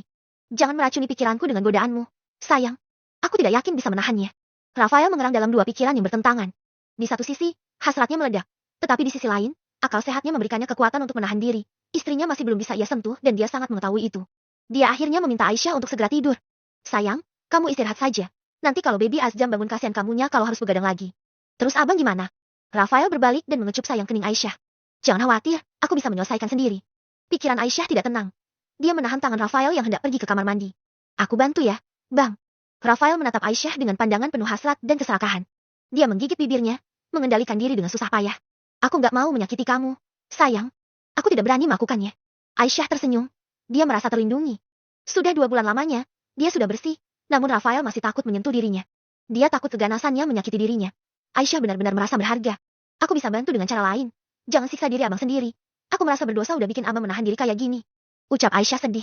Rafael mengangguk menyetujui keinginan istrinya untuk menaklukkan king kobranya yang sudah puasa beberapa bulan ini. Rafael menikmati sensasi yang Aisyah berikan kepadanya, mengerang dalam kenikmatan. Dia terus memandangi istrinya dengan nafsu dan kepuasan yang ada. Terima kasih, sayang. Rafael mengecup singkat bibir Aisyah, lalu pergi ke kamar mandi membersihkan dirinya. Tidak, tidak. Aku tidak mau. Aku tidak mau punya anak cacat. Laras berteriak histeris. Dia menjambak rambutnya dengan kuat merasa frustasi. Laras sedih bukan karena menyayangi putrinya yang bahkan belum dilihatnya sejak dia dilahirkan. Tetapi karena anak itu akan menjadi tidak berguna baginya. Kamu ngapain sih seperti itu? Hah? Memangnya kalau kamu menangis tuh anak Jeti normal? Tidak. Jeti berhenti menangis. Suaramu membuat ibu pusing. Ucap Sekar sambil menguap. Dia berbaring di sebelah Laras karena tidak mau tidur di sofa. Laras menutup mulutnya menyembunyikan tangis. Dia tidak menginginkan bayi itu. Dia tidak mau menanggung malu memiliki bayi cacat. Seorang perawat mendekati Dewi. Bu maaf, Jeti gimana bu? Bayinya mau dipindahkan kemana? Tanya perawat itu kepada Dewi yang kini sedang menggendong bayi Laras. Dewi terdiam sejenak sebelum dia melirik bapaknya yang terlihat semakin tua dalam semalam. Pak, ini gimana? Anaknya Laras. Edem juga pusing. Andai dia tidak cacat, tangannya sendiri yang akan merawat bayi itu. Tapi kondisinya seperti ini. Edem meminta Dewi menjaganya sementara dia akan membujuk Laras atau Sekar nanti. Mbak, kami bisa bawa pulang dukung nggak bayinya? Tanya Dewi pada perawat itu. Bayinya baru bisa dibawa pulang besok, Bu. Ini sudah aturan dari rumah sakit. Dewi mengangguk mengerti. Jadi dia terpaksa membawa bayi itu masuk ke kamar Laras lagi. Kok dibawa ke sini lagi? Nanti kalau dia nangis gimana? Tanya Sekar melihat kedatangan Dewi sambil menggendong cucunya. Karena dia bayi, jadi bisanya cuma nangis. Kalau nanti sudah besar baru bicara. Jawab Dewi acuh. Sekar memutar bola matanya. Itu aku juga tahu. Maksud aku, kalau dia nangis siapa yang urus? Aku nggak mau ya capek-capek. Aku sudah tua sudah waktunya bersantai. Ucap Sekar tanpa bersalah sedikit pun. Andai bayi itu sudah paham dan mengerti, betapa sedih dan terlukanya dia mengetahui dirinya tak diinginkan orang tuanya bahkan neneknya sendiri juga menolaknya. Dewi juga tidak menyangka, sebatu dan sekejam itu Sekar, dia merasa sulit untuk percaya kalau mereka ini dua saudara kandung. Di mana? Kebanyakan wanita yang sudah tua ingin menikmati harinya dengan bermain dengan anak cucunya beda dengan Sekar yang malah menganggap cucunya beban dan pengganggu. Dewi menghela nafas. Dia menatap wajah bayi mungil tak berdosa itu dengan rasa iba dan juga rasa sayang. Setetes cairan bening jatuh mengenai pipi kemerahan itu sehingga membuat mata bayi itu berkedip karena merasa terusik. Cuk! Dewi mengecup pipinya yang lembut. Bayi itu menggeliat dan bibinya bergerak seperti mengemut sesuatu. Dewi tersenyum lembut dan mengusap sayang kedua alisnya. Kalau mereka tidak menginginkan kamu, biar Oma saja yang merawatmu. Sayang. Gumam Dewi dalam hatinya. Aku ingin memberikanmu cinta yang sejati. Sayang. Aku ingin menjadi orang yang selalu ada untukmu. Lupakan masa lalumu yang buruk dengan pria brengsek itu. Bersamaku, kamu akan merasa dihargai dan bahagia. Bujuk Samuel meyakinkan Dinda dengan sepenuh hatinya. Wah, manis banget mulut buaya. Ejek Kenzo yang tiba-tiba muncul entah dari mana. Samuel memicingkan matanya menatap pria yang berpakaian santai itu yang kini semakin mendekat ke meja mereka. Aits, biasa aja dong lihatnya. Aku nggak tanggung jawab kalau kau jatuh cinta padaku. Aku sudah punya kekasih, tidak tertarik dengan kadal buntu macam kau. Lagi. Kenzo mengejek Samuel dengan muka tengilnya yang seakan minta ditonjok itu. Kekasih? Wanita bodoh mana yang masuk dalam jebakanmu kali ini? Plak. Hei, sialan. Samuel terkejut dengan pukulan Kenzo tiba-tiba pada bibirnya. Makanya, punya mulut itu dijaga omongannya. Disaring dulu sampai bersih biar nggak ada kata-kata kotor yang keluar dari sana. Ucap Kenzo sambil duduk di depan Samuel dan Dinda. Mana? Kau nggak mungkin datang sendiri ke sini kayak tukang kredit gini kan? Bala Samuel sambil mengusap bibirnya yang terasa pedas karena ulah Kenzo. Kenzo menoleh ke belakang. Matanya mengedar ke sana kemari lalu seketika berbinar cerah melihat seorang gadis cantik berhijab panjang yang membuat hatinya terasa adem dan nyaman. Itu dia. Sayang kesini. Kenzo melambaikan tangan pada gadis yang kini berjalan ke arah mereka dengan wajah malu-malu. Mulut Samuel ternganga melihat kekasih Kenzo. Kini matanya beralih lagi pada sahabat busuknya itu. Dia terlihat kesal dan tak terima. Ini nggak mungkin. Enggak, aku nggak terima. Sumpah, Allah nggak adil sama aku. Kenapa hidup kau seberuntung ini, Ken? Aku sakit hati mengetahui fakta sialan ini. Tentu saja Samuel tidak terima. Gadis yang Kenzo sebut kekasih itu adalah orang yang dia kenal. Nia, sahabat Aisyah sekaligus karyawan satu tempat kerja dengannya. Yang membuat Samuel semakin iri adalah penampilan Nia yang kini berhijab seperti Dinda dan Aisyah. Samuel rasanya ingin menangis. Dinda dan Nia saling melempar senyum dan berpelukan. Mereka berdua berbincang sebentar dan mengabaikan para lelaki yang kini entah meributkan apa. Sureprise banget ya, Kak. Ucap Dinda dengan senyuman lebar. Dia senang melihat Nia yang kini sudah mantap berhijrah. Berarti para suami-suami kakak udah pada ditinggal semua kan? Ya. Sontak saja celotukan Dinda membuat pergerakan Kenzo dan Samuel terhenti. Terlebih Kenzo, mantan Casanova nomor 2 setelah Samuel itu langsung pucat mendengarnya. Para suami. Sayang. Wajah Kenzo terlihat akan menangis. Nia dan Dinda saling memandang lalu tertawa lepas. Aduh, aku keceplosan ini gimana dong, Kak? Dinda berpura-pura menyesal. Nia menepuk keningnya. Karena kini nafas Kenzo terlihat seperti orang sehabis berlari. Samuel yang kepo mencolek lengan Dinda. Lalu Dinda membisikkan sesuatu di telinganya. Seketika mata Samuel berbinar dan terlihat jelas senyuman jahilnya kini memenuhi wajahnya. Wah, Nya, hebat kamu. Samuel mengacungkan jempol pada Nia yang kini geleng-geleng kepala sambil tersenyum kecil. Sabar, bro. Cinta memang tidak selalu indah. Apalagi jati simpanan. Memang rasanya tidak nyaman. Tapi aku yakin kau pasti bisa kuat dan bertahan. Samuel menepuk-nepuk bahu Kenzo dan memasang wajah prihatin penuh dramatis. Kini mata Kenzo sudah memerah, hidungnya kembang kempis. Matanya menatap Nia meminta penjelasan. Dia terlihat marah namun berhasil menahan diri dan menunggu Nia menjelaskan. Samuel berdiri dari duduknya, dia menutup mulutnya tak percaya. Satu tangannya berada di pinggang dan matanya lurus menatap Nia dan Kenzo. Benar yang orang bilang, cinta membuat seseorang menjadi bodoh. Wah, sialan. Berhenti memasang wajah seperti itu. Aku sangat lapar sekarang. Jangan membuatku mual dengan melihat muka manjamu itu bajingan. Samuel heboh sendiri. Sepertinya dia iri dan dengki melihat Kenzo dengan Nia. Nia, kamu juga. Samuel menatap Nia dan Kenzo bergantian. Rasanya dia ingin memukul orang saat ini. Nia yang mulutnya asal ceplos sana-sini, kini terlihat kalem dan ramah. Dia juga terlihat lebih tenang. Tidak seperti biasanya pemarah dan mudah terprovokasi. Dinda memukul lengan Samuel. Apaan sih, Mas? Dinda mengerutkan keningnya. Sayang, kamu lihat mereka. Tunjuknya pada sepasang kekasih yang kini duduk di depan mereka. Tatapan Samuel seakan mengatakan. Mereka saja bisa bersama dan bahagia, lalu kenapa kita harus menahan diri hanya karena terjerat kisah kelam masa lalu? Ketika Dinda hendak bicara, suara Kenzo yang terdengar memanggil Nia mengejutkan mereka. Saya Aang. Suaranya lembut, halus, manja dan menjijikan. Begitulah yang terdengar di telinga Dinda dan Samuel. Tapi bagi Nia, berhasil membuat jantungnya berdebar dan wajahnya tersipu malu. Samuel menatap Dinda yang juga sama terkejut dengannya. Tidak masalah jika mereka baru kenal. Tapi mereka berdua sangat-sangat mengenal siapa dan seperti apa Kenzo. Kali ini aku setuju sama kamu, Mas. Ucap Dinda dengan kening berkerut seolah menatap sesuatu yang membuat orang mual. Kenzo baru berhenti merengek setelah Nia menjelaskan siapa para suami yang disebut Dinda. Pria itu menghapus foto di wallpaper Nia dan mengganti dengan foto wajahnya yang baru saja diambil. Tampanan mana aku atau mantan suamimu itu?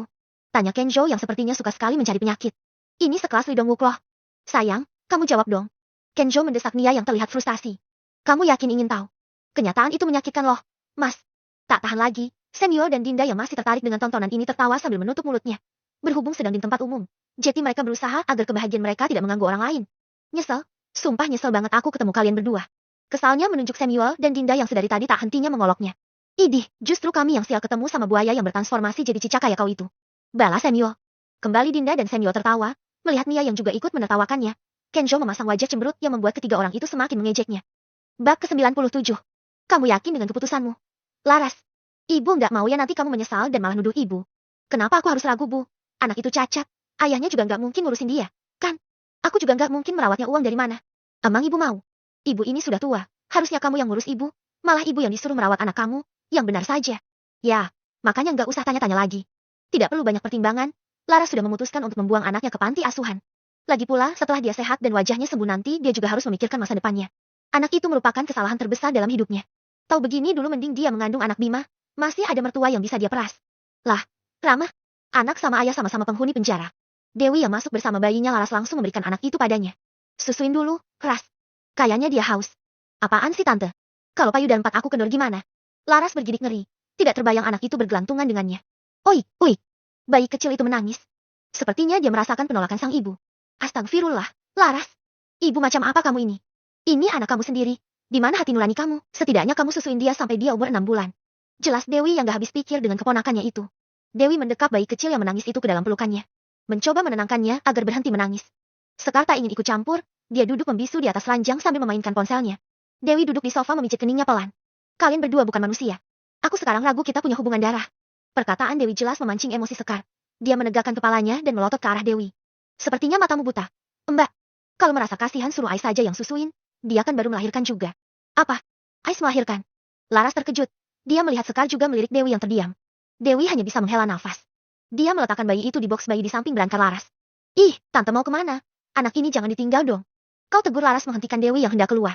Dewi berbalik dengan wajah kesal. Mau beli susu? Tenang aja. Saya tidak akan meninggalkannya lama kok sama orang gak waras kayak kalian. Mbak. Itu mulut dijaga. Jangan kepala aja yang ditutup tapi mulutnya pedes juga. Ucap Sekar tak terima dikatain gila. Dewi beristighfar beberapa kali dengan mengusap dadanya agar kesabarannya tetap terjaga. Setelah sedikit tenang, dia melanjutkan lagi langkah kakinya. Mas, Laras sudah melahirkan anaknya. Apa yang harus aku lakukan? Om Pardi mengabariku tadi, anaknya juga cacat. Dinda bicara melalui telepon. Sayang, tenanglah. Aku akan mengurus semuanya. Tolong katakan pada Om Pardi bahwa aku akan menemuinya segera. Baiklah, kamu lihat dulu situasinya bagaimana. Aku dengar Mama Dewi juga di sana. Kamu tanya-tanya juga sama Mama Dewi nanti. Ucap Dinda lagi. Jangan khawatir, sayang. Aku akan melihat keadaannya dan bertanya pada Tante Dewi. Aku pastikan semuanya akan baik-baik saja. Aku hanya takut Laras nekat dan menyakiti bayi tak bersalah itu. Suara Dinda terdengar sedih. Aku akan pastikan Laras tidak melukai bayi itu. Aku akan mengatasinya dengan caraku sendiri. Sayang, percayalah padaku. Setelah itu percakapan mereka berakhir. Saat ini Dinda berada di kantornya. Baru saja suami dari tantenya memberi kabar soal Laras. Hal ini memang sengaja dia minta agar Om Pardi memperhatikan jika ada pasien bernama Laras. Ini hanya untuk antisipasi saja, karena Dinda takut kecolongan. Apa aku benar-benar harus merawatnya? Gumamnya. Pasti keluarganya akan menentang hal ini. Mendapat restu dengan Samuel saja sudah sangat sulit. Sekarang mau nambah anak hasil hubungan gelap mantan suaminya pula. Dinda hanya bisa menghela nafas panjang sambil memicit keningnya. Samuel menemui Rafael untuk meminta pendapatnya tentang kabar Laras. Samuel memberikan detailnya dan menanyakan apa yang sebaiknya dia lakukan. Kamu lihat dulu situasinya bagaimana. Kalau dia memang tidak menginginkan bayinya, ya sudah. Ambil anak itu dan berikan goncangan mental untuknya. Aku tidak perlu mengajarkan hal ini padamu. Kan? Ucap Rafael tanpa melirik Samuel. Aku mengerti. Jawab Samuel singkat sambil menundukkan kepalanya. Meski terdengar agak kasar, ini adalah cara terbaik untuk menyelesaikan masalah Laras dan melindungi keamanan bayi tak berdosa itu. Setelah itu, Samuel segera pergi ke rumah sakit milik keluarga Dinda. Dia melakukan ini bukan karena Laras ataupun Rama, Dia hanya tidak mau Dinda sedih dan merasa terbebani dengan permintaan Rama yang tidak masuk akal itu. Selain itu juga dia merasa sedikit kasihan dengan bayi tak berdosa itu. Dengan gerakan tegas, Samuel mendekati meja resepsionis dan meminta informasi tentang keberadaan Laras. Dia siap mengambil langkah-langkah yang perlu untuk melindungi bayi kecil itu. Permisi, saya mencari pasien bernama Laras. Tolong beritahu saya di mana kamar rawatnya. Tunggu sebentar, saya akan cek datanya. Jawab resepsionis itu. Setelah mengetahui kamar di mana Laras dirawat, Samuel segera pergi ke sana agar masalahnya cepat selesai. Samuel baru sampai di depan pintu. Namun dia sudah mendengar keributan di dalam kamar yang hendak dia datangi. Suara itu juga dia kenali. Itu suara milik Tante Dewi dan juga ada rintihan bayi yang terdengar tidak baik. Kalian berdua pembunuh. Kau ibu terkejam yang pernah aku lihat. Laras. Hewan saja akan melindungi anaknya dari bahaya. Ah, aku lupa kau bukan manusia. Kalian berdua adalah iblis. Suara Dewi terdengar marah dan putus asa. Samuel membuka pintu dengan keras. Semua orang yang berada dalam ruangan itu terkejut. Terlebih Laras, mulutnya sedikit terbuka dengan mata bulat bukan apa-apa dia hanya terkejut melihat ketampanan Samuel. Apalagi tampilan Samuel bersih mengkilap seperti orang berduit. Samuel tidak melihat Laras. Dia mendekati Dewi yang menangis sesegukan sambil mengendong seorang bayi di pangkuannya. Tante. Samuel, bayinya, Tante tinggal sebentar buat beli susu. Sewaktu Tante kembali dia sudah begini. Adu Dewi pada Samuel. Samuel melihat bayi di tangan Mama Dewi yang terisa kecil dengan kulit sedikit menghitam. Kita periksa ke dokter dulu ya, Tante. Jangan khawatir. Semua akan baik-baik saja. Sebelum mereka pergi keluar, Samuel sempatkan melirik Laras sekilas. Wajahnya nampak pucat namun tak ada raut bersalah sedikit pun di matanya. Samuel dan Dewi membawanya menemui dokter. Bayi itu tidak merespon, meski dokter sudah memberikan berbagai macam rangsangan padanya. Perutnya keras karena terlalu lama menangis. Hal itu pula yang membuatnya sesak nafas sehingga kulitnya sampai menghitam. Sebaiknya bawa ibunya ke sini. Coba susui dia. Aroma ASI juga dapat merangsang bayi ini untuk mencari put 1 nanogram. Kata dokter memberikan saran. Dewi dan Samuel saling berpandangan lalu menatap bayi yang masih merintih itu di atas tempat tidur. Dewi mengambil ponselnya dia sedikit menjauh dan menelepon seseorang. Setelah selesai dia kembali lagi ke tempatnya tadi. Sebentar lagi, anak saya datang, dok. Ucap Dewi. Dokter mengangguk dan meninggalkan ruangan itu setelah berpamitan. Tuh, sayang, Umi di sini. Nak, jangan nangis lagi. Adek nggak boleh sedih ya. Ada Umi di sini. Aisyah mulai terisak ketika tidak mendapat respon dari bayi kecil yang terpasang selang oksigen di hidungnya itu. Sayang, jangan nangis. Kalau kamu sedih, babynya juga ikutan sedih. Ucap Rafael yang membujuk istrinya. Dia baru saja datang meninggalkan rapat di tengah-tengah pembicaraan setelah dikabari Samuel kalau Aisyah datang ke rumah sakit menemui bayi Laras atas permintaan Mama Dewi. Aisyah berbalik dan membuka kancing bajunya, dia mencoba memberikan asinya dan membelai pipi lembut yang halus itu dengan penuh kasih sayang. Senyum di bibir Aisyah mereka ketika melihat mulut si kecil mulai mangap-mangap dan menyentuh put satungnya, lalu dengan kuat menghisapnya seperti bayi yang kelaparan. Hati Aisyah terasa sangat sakit melihatnya, sehingga dia kembali menangis namun bibirnya tertawa kecil karena melihat bibinya yang lucu. Setelah beberapa saat kemudian bayi perempuan yang cantik itu segera tertidur kekenyangan. Gak mau, Abang, Hicks. Hicks. Ini bayiku, dia anak perempuanku. Aisyah mendekapnya dengan erat dan membelakangi Rafael lagi. Takut suaminya itu mengambil dan memisahkan mereka. Rafael mengepalkan tangannya dengan erat lalu mengusap lembut kepala Aisyah. Benar, dia bayi kita, bayi perempuanmu. Aisyah mengangguk sambil menciumi seluruh wajah bayi yang masih sangat merah itu. Rafael mengeluarkan ponsel di sakunya lalu mengirim pesan kepada Samuel, lalu menyimpannya kembali. Sayang, tidurin dulu babynya ya. Aisyah menggeleng. Kita, langsung pulang saja? Ya. Aisyah menatap Rafael dengan mata memohon. Melihat ini, hati Rafael tidak akan tega. Dia mengangguk setuju dan mengecup kening istrinya. Sementara itu, di kamarnya Laras tampak syok mendengar berita kematian putri kecil yang dilahirkannya. Bayi yang beberapa waktu lalu menangis kejang namun tak ia acuhkan. Jeritan anak ini begitu traumatis bagi orang-orang yang mendengarnya. Namun Laras dan Sekar yang hatinya sudah tertutup lumur busuk malah memarahi bayi itu dan memintanya diam. Bu, gimana ini bu? Kita udah membunuh bu. Ucap Laras tanpa sadar air matanya menetes. Sekar juga tampak pucat dan ketakutan, namun dia berusaha terlihat acuh tak acuh. Kita tidak menyentuhnya. Kenapa kita yang membunuhnya? Laras, ini sudah takdirnya. Mungkin ini lebih baik daripada dia hidup jadi bahan olok-olokan orang saat dia dewasa nanti. Kamu hanya perlu mendoakan supaya anak itu masuk surga dan dapat jadi penolong kamu kelak. Ucap Sekar sok bijak. Laras terdiam sejenak. Dia menyeka air matanya dan mengangguk. Tapi bu, kita sudah jahat sama anak itu. Apa dia mau menolong ibu seperti ku? Sekar mengatupkan bibirnya mendengar perkataan Laras. Dia juga tidak tahu. Lagi pula, itu bukan urusannya. Laras ibunya, bukan dia. Kedua wanita titisan Dakcel itu sama-sama terdiam dan larut dengan pikiran masing-masing. Entah apa yang pasti tidak ada penyesalan di hati mereka hanya rasa takut menjadi tersangka kasus pembunuhan. Jelas dia tidak mau menjadi salah satu penghuni jeruji besi itu. Bab ke-98. Rafael membuang nafas kasar. Sayang, sampai kapan kamu akan mengabaikan aku? Aku suami kamu loh. Aku lebih dulu memiliki kamu daripada mereka berdua. Abang kenapa sih? Sama anak kecil aja cemburu. Jawab Aisyah yang saat ini sedang memberi ASI baby Azam dan baby Azahra. Pokoknya aku nggak mau tahu. Habis ini aku juga mau diklonin sama kamu. Bisa-bisanya dia kalah dari dua bocah kecil itu. Rafael akan bersaing dengan mereka sekuat tenaga. Kapan perlu kamar di sebelah harus segera direnovasi agar mereka dipindahkan ke sana. Iya, tutup dulu mulut abang jangan berisik. Nanti mereka lama tidurnya. Kau tegur Aisyah jengah karena suaminya itu terus saja mengomel. Belum sempat Rafael menjawab. Kedua bocah kecil itu kini mulai merengek. Sepertinya mereka sedang protes karena Rafael yang ikut nyempil di samping mereka. Abang, tuh kan aku bilang juga apa. Aisyah sangat kesal sekarang. Sebab kini dia sudah merasa satu nenegramnya sangat perih dan ngilu. Untung saja baby Azahra neneknya pakai dot. Kalau nggak bisa-bisa Aisyah nangis darah dibuatnya. Rafael yang mendapat lirikan tajam Aisyah segera mengambil baby Azja membawanya ke dalam gendongan. Udah, dong boy jangan nangis lagi. Pintar banget kamu cari muka ya.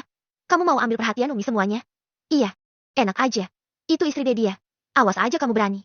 Baby Azjam dalam gendongan Rafael semakin menangis membuat sang Dedi yang baru saja melayangkan kalimat fitnah itu langsung panik. Ini gimana sayang kok makin nangis? Dia.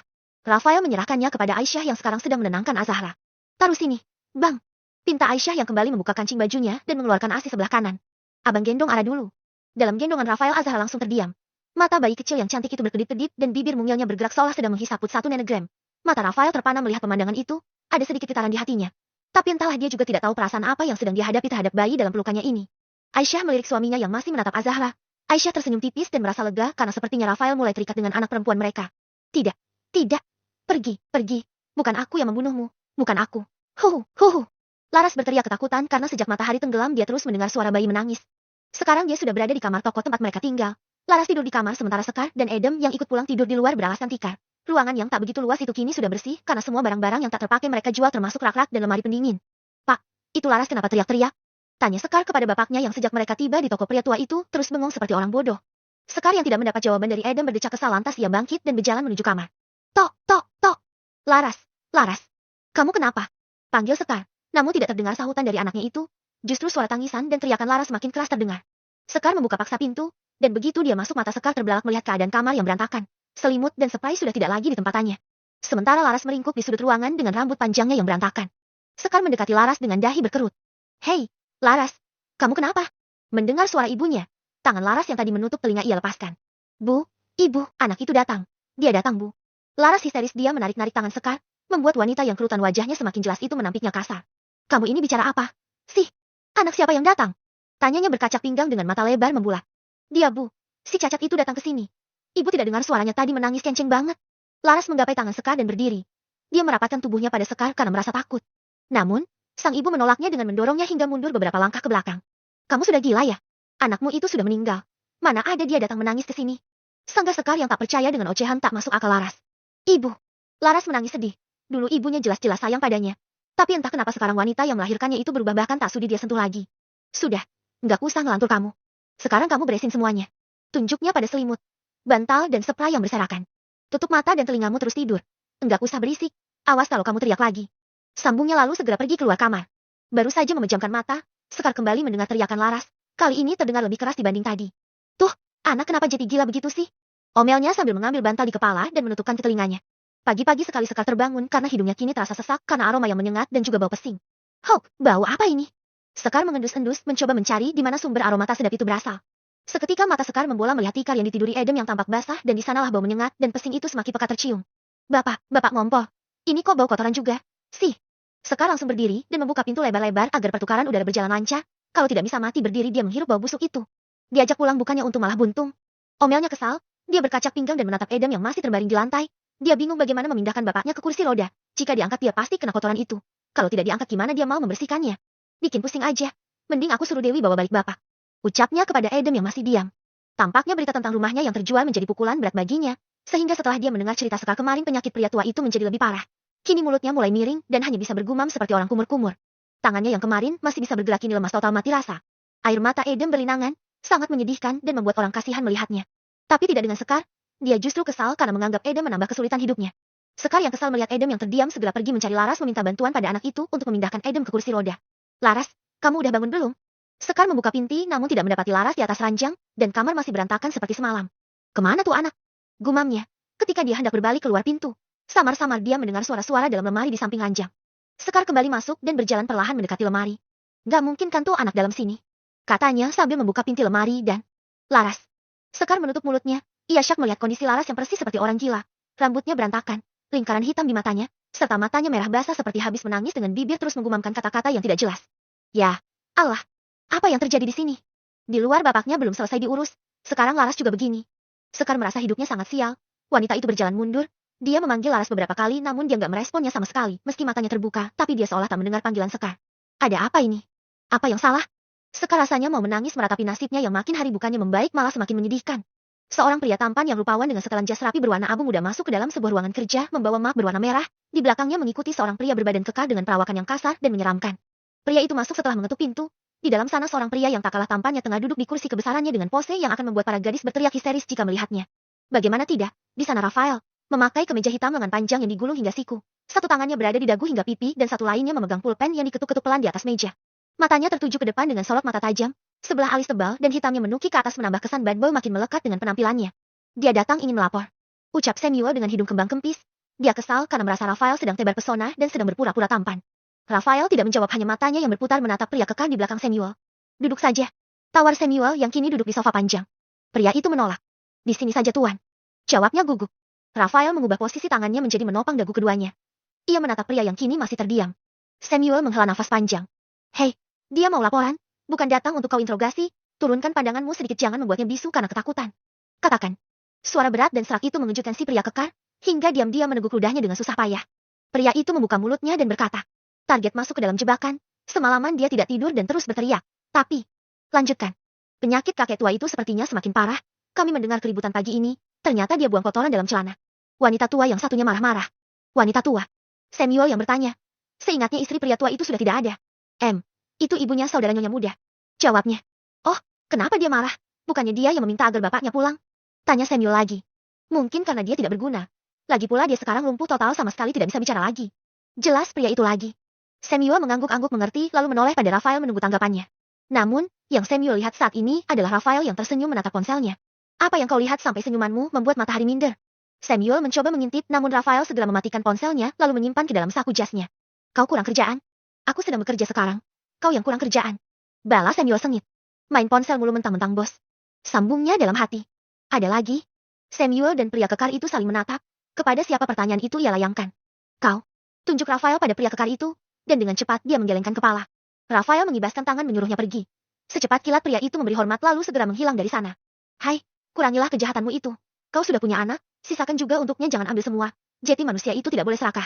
Sumut Samuel sambil meminum kopi Rafael yang ada di atas meja. Rafael meliriknya. Dia tidak suka berbagi makanan atau minuman dengan siapapun kecuali istrinya tentunya. Samuel bukannya tidak tahu itu. Dia memang sengaja mencari penyakit. Dia sangat kesal melihat ketampanan diri muda itu. Dia iri, sangat iri. Tapi dia tidak akan mengakuinya. Sampai mati pun tidak akan dia akui. Merasakan situasi berbahaya, Samuel membawa gelas kopi itu menjauh dan bersiap untuk kabur. Perjalanan kau sih besok. Kau yang pergi. Kalimat menakutkan itu segera menghentikan langkah kaki Samuel. Kita bicarakan baik-baik. Jangan emosi dulu. Kau ini seorang ayah, harus bisa menahan diri. Sabar, kita duduk dulu dan bicara dengan hati tenang. Aku pesankan kopi dan makan siang untukmu. Oke. Samuel berbalik dan mulai membujuk Rafael. Dia tidak mau keluar negeri. Pulang-pulang takutnya Dinda dinikahi orang. Ngeri. Bab ke-99. Lain dengan ayah yang lain, Rafael tidak pandai menghibur anak-anaknya yang sedang menangis. Aisyah tengah mandi. Dia mempercayakan suaminya menjaga kedua buah hati mereka. Alhasil ketika Azza menangis dia hanya menatapnya dengan mata memicing, entah dia sedang mengancam melalui telepati, dan Azza menyahutinya dengan suara tangisan yang kencang. Jika dilihat pemandangan tersebut seperti Rafael tengah menindas putranya sendiri. Berbeda dengan Azahra. Gadis kecil itu tampak anteng sambil mengemut bibirnya meski matanya masih terjaga. Sayang, anakmu nangis. Teriak Rafael dengan suara yang tak terlalu kencang. Jari telunjuknya menekan-nekan pipi tembab Azzam hingga sedikit merah. Anak siapa? Tanya Aisyah memastikan lagi dia tidak salah dengar. Azzam nangis, sayang. Rafael cepat meralatnya jangan sampai membuat sang ratu mengamuk. Abang pasti gangguin. Itu tangan mana pernah diam kalau udah dekat mereka. Untung Arang gak rewel juga. Aisyah segera meraih tubuh Azzam yang mulai berisi karena memang dia sangat kuat minum ASI. Aisyah juga sangat memperhatikan makanannya. Karena hari libur, teman-temannya pada datang berkumpul sekalian melihat dua bocah yang kini menjadi idola di rumah Rafael. Ais, suami kamu gimana? Udah bisa urus bayi kalian? Aisyah tertawa. Tampangnya aja begitu, mana betah anak-anak, baru dipegang udah rengek. Anak nangis bukannya ditenangin malah dipelototin. Semua orang tertawa mendengar cerita Aisyah. Sedangkan pria yang dibicarakan kini gelendotan manja memeluk pinggang istrinya. Dia senang ada mereka di sini karena dengan begitu istrinya bebas dan dia bisa bermanja seperti sekarang. Samuel yang melihat pemandangan itu merasa iri. Beberapa kali dia menarik-narik hijab Dinda yang duduk di sampingnya, namun wanita cantik itu tidak mengacuhkannya. Halo, semuanya. Suara seorang perempuan yang tiba-tiba mengalihkan perhatian. Mereka menoleh dan mendapati seorang gadis cantik berbalun gaun biru muda datang mendekat sambil menenteng paper bag besar di tangannya. Langkahnya anggun, tatapannya lurus dengan mata jernih yang menyilaukan. Samuel tampak pucat. Dia segera berdiri dan menarik tangan gadis itu sedikit menjauh. Apa yang kau lakukan di sini? Jangan macam-macam. Aku tidak akan bisa membantumu kalau kau membuat masalah. Gadis itu menepis tangan Samuel dengan kasar, namun bibirnya masih menyunggingkan senyum. Dia kembali kepada tujuannya. Berjalan masuk ke ruang tamu yang ramai dengan teman-teman Rafael dan Aisyah. Halo, aku Arumi, teman Bang Rafael. Mendengar namanya disebut, kepalanya yang tadi disembunyikan di perut Aisyah mendongak. Melirik sekilas lalu kembali masuk semakin dalam ke pinggang Aisyah. Mendapat perlakuan seperti ini dari pria yang dia sebut teman sukses membuat Arumi malu. Namun secepat itu pula urat malunya putus karena kini dia duduk di samping Aisyah. Tadinya dia ingin duduk sebelahan dengan Rafael saja. Berhubung tidak ada tempat kosong di samping pria itu jadi terpaksa sedikit berjarak. Jadi ini istri kamu, Bang? Tanya Arumi dengan suara yang terdengar meremehkan. Yang lain terkejut mendengarnya namun mereka masih diam. Ingin melihat bagaimana Aisyah mengatasi ulat bulu itu. Aisyah tersenyum dan mengangguk. Benar. Aku Aisyah istrinya Bang Rafa. Kalau boleh tahu mbak ini namanya siapa? Arumi menatap Aisyah yang kini mengulurkan tangan padanya. Dia melihat Aisyah dengan tatapan aneh. Tentu saja dia mengabaikan dan kembali melihat Rafael yang hanya terlihat kepalanya saja. Bang, aku nanya sama kamu. Kok istri kamu yang jawab nggak sopan banget? Arumi mengadu. Berharap Rafael menegur istrinya. Dinda menaikkan alisnya. Cara kamu bertamu saja sudah tidak sopan. Kenapa masih berharap orang lain bersikap baik sama kamu? Arumi memutar kepalanya menghadap Dinda. Dia tersenyum. Kamu pasti Dinda, kan? Aku sudah sering mendengar namamu. Apa kamu tahu kalau kamu cukup populer di kalangan cowok-cowok muda? Ternyata aslinya kamu lebih cantik daripada di surat kabar. Dinda menghela nafas. Kak, itu kayaknya abang ngantuk banget dari tadi gelendotan terus. Mending ajak masuk kamar anak-anak biar di sini dulu bareng kita. Usul Dinda yang dianggukin Nia dan Melan. Arumi terkekeh kecil. Dia kembali melihat Rafael. Bang Rafael, aku bawa sesuatu buat kamu. Sebenarnya mau aku kasih waktu kita ketemuan di Singapura tapi aku lupa. Jadi sengaja aku bawa ke sini. Seketika tubuh Aisyah menegang mendengarnya. Dia sedikit mendorong Rafael yang masih diam namun pria itu malah mempererat pelukannya. Kau mau apa sih ke sini? Hah? Kapan Rafael ketemuan sama kamu? Jangan ngarang, kamu gak akan sanggup menanggung resikonya. Mending pulang atau enggak kamu balik lagi ke Singapura. Gertak Samuel yang merasa sangat geram dengan kelakuan sepupunya itu. Abang, panggil Aisyah. Rafael segera mengangkat kepalanya. Dia membuka matanya yang tampak memerah, Aisyah dan yang lain terkejut mendengarnya. Bang, panggil Aisyah lagi ketika Rafael menatapnya diam. Rafael melirik Dinda dan berkata, bawa anak-anak ke kamar dulu. Dinda mengangguk setuju, bersama dengan Melan dan Nia ketiganya pergi membawa Azam dan Azahra. Setelah itu dia memandang Arumi yang kini tampak membeku di samping Aisyah. Bang Rafael, aku kesini mau ketemu kamu. Kata Arumi mencoba tenang dan dia tersenyum meski terlihat canggung. Rafael tersenyum miring. Dengan penampilan seperti ini, beraninya kau berniat menggodaku tepat di depan istriku. Apa kau tidak malu? Arumi tertawa kecil. Wah, aku nggak nyangka kamu jadi pandai bercanda seperti ini.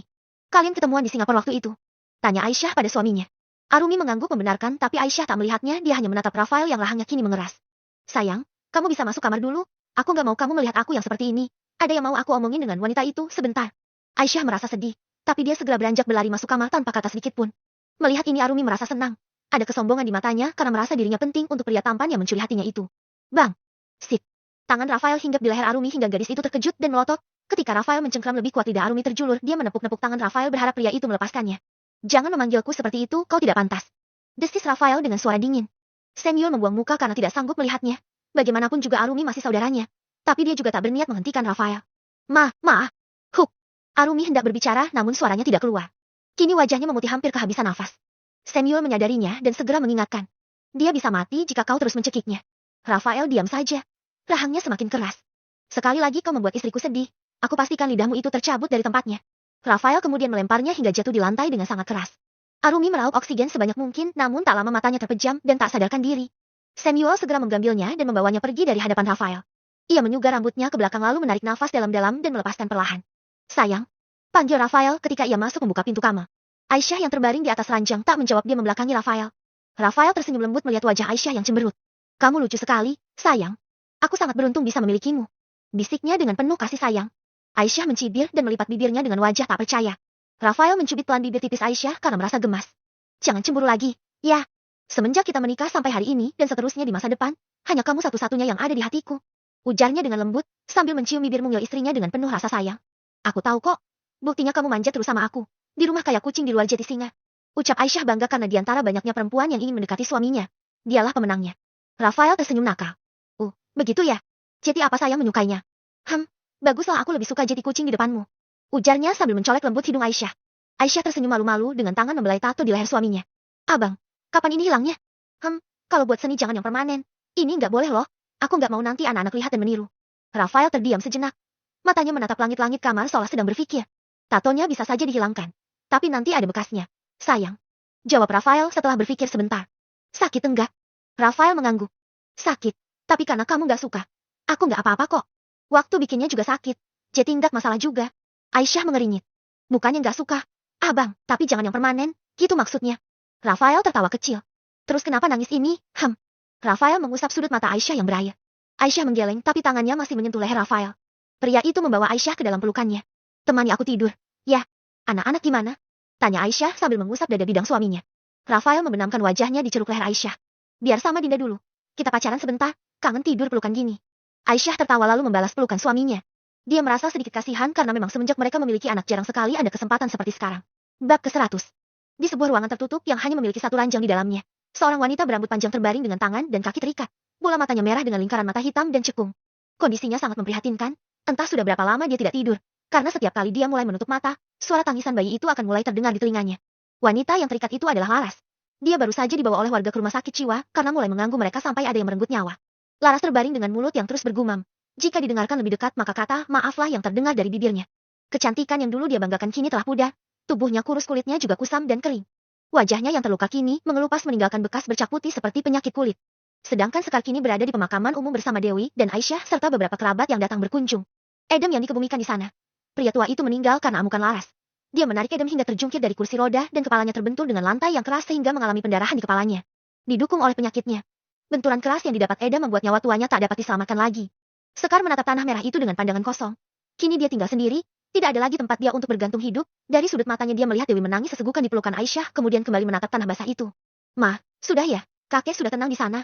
Kita tinggal mendoakannya saja, supaya Allah mengampuni dosa-dosa beliau. Tangisan kita tidak akan membuat kakek lebih baik. Justru malah memberatkannya. Bujuk Aisyah pada mamanya. Hanya mereka saja yang tinggal sekarang, orang-orang yang datang melayat sudah lama pergi. Dewi mengangguk dan mengusap papan nisan Edem sebentar lalu berbalik mengikuti Aisyah. Mbak. Suara panggilan Sekar menghentikan langkahnya. Aku boleh ikut kalian? Enggak. Sekar meraih tangan Dewi dan mengandengnya. Jika orang yang tidak tahu pasti akan mengatakan mereka kakak adik yang akur. Perlahan Dewi melepaskan tangan Sekar. Tidak. Aku tidak mau. Kamu bisa tinggal di toko peninggalan ibu dan bapak. Aku juga tidak akan menuntut itu. Sekar merasa Dewi terlalu kejam. Bagaimanapun juga mereka saudara kandung. Darah lebih kental dari air, begitulah yang dia dengar. Sekarang kita hanya tinggal berdua, Mbak. Apa Mbak tega aku tinggal sendirian di toko itu? Bapak meninggal di sana. Laras juga jadi gila setelah pindah ke sana. Toko itu pasti pembawa sial. Mbak. Sekar takut jika harus kembali ke toko. Dia harus bisa membujuk Dewi agar mau menampung hidupnya. Setidaknya dia bisa menumpang makan. Namun harapan Sekar pupus sudah mendengar penolakan Dewi yang tegas. Tidak. Semua itu juga karena kamu. Sekarang terima saja hasil atas perbuatanmu itu. Aisyah lekas membawa Dewi pulang. Payud empat ranya sedari tadi sudah sangat sakit. Dia yakin kedua buah hatinya kini kehausan. Sekar menatap kepergian Dewi dan Aisyah. Kini dia mulai menyesali perbuatannya. Banyak sekali kata andai dan andai yang kini bergelayut di benaknya. Namun dia tahu semua itu tidak berguna. Dengan langkah putus asa dia meninggalkan tempat damai yang kini mulai terasa sunyi. Sesekali dia menoleh ke belakang dengan perasaan campur aduk. Antara rasa marah dan penyesalan yang sudah tidak bisa lagi dia perbaiki. Dia yang berbuat, kenapa aku yang dihukum? Keluh Samuel yang kesal karena Rafael memintanya pergi ke luar negeri melakukan perjalanan bisnis. Boleh saja jika mereka perginya berdua, tapi nyatanya dia harus pergi sendiri sedangkan Rafael tinggal di rumah dengan anak istrinya. Lalu di mana keadilan sebagai teman? Di sini. Samuel tidak terima. Pulang dari sana kamu bisa cuti selama 1 minggu. Aku dan Ais siapkan tiket ke Jepang. Ucap Rafael sambil mata yang fokus menatap laptop. Samuel ternganga dan menatap takjub Rafael yang kini terlihat seperti malaikat di matanya. Kau serius? Tiket ke Jepang? Cuti 1 minggu. Rafael mengangguk dengan wajah acuh tak acuh. Yes. Samuel melompat kegirangan. Sudah bertahun-tahun lamanya dia tidak pernah liburan. Kalau keluar negeri sudah sangat sering. Dulu hampir setiap bulan. Tapi hanya untuk urusan pekerjaan. Namun kini dia punya kesempatan bebas selama 1 minggu. Aku pergi bersiap-siap dulu. Katanya dengan semangat. Dia segera meninggalkan Rafael yang masih sibuk dengan laptopnya. Rafael mengangkat kepalanya dan menatap punggung Samuel yang menghilang di balik pintu. Seringai licik terbit dari bibir tipis merah muda itu. Entah kesialan apa yang akan menanti Samuel setelah ini. Hanya dia dan Tuhanlah yang tahu. Pagi ini, Aisyah dan kedua bayinya melakukan fitting baju di salah satu butik ternama ibu kota. Selain ibu dan anak itu ada Nia dan Melan juga. Tentu tidak ketinggalan bintang utamanya Dinda, adik iparnya. Aduh, comelnya ponakan onti pakai jas begini. Dinda menciumi pipi Azam dengan gemas hingga memerah. Din, sini dulu. Nia memanggil Dinda agar mendekat padanya. Ada apa? Nia memotret Dinda yang kini berdiri di samping sebuah gaun berwarna putih. Lalu memposting di story-nya. Dengan caption. Congrats, sayangku. Akhirnya melepas status janda juga. Dinda tersenyum melihat Nina dan Melan bergantian memfotonya. Lalu dia kembali sibuk memilih ini itu untuk acara yang akan digelar 1 minggu lagi.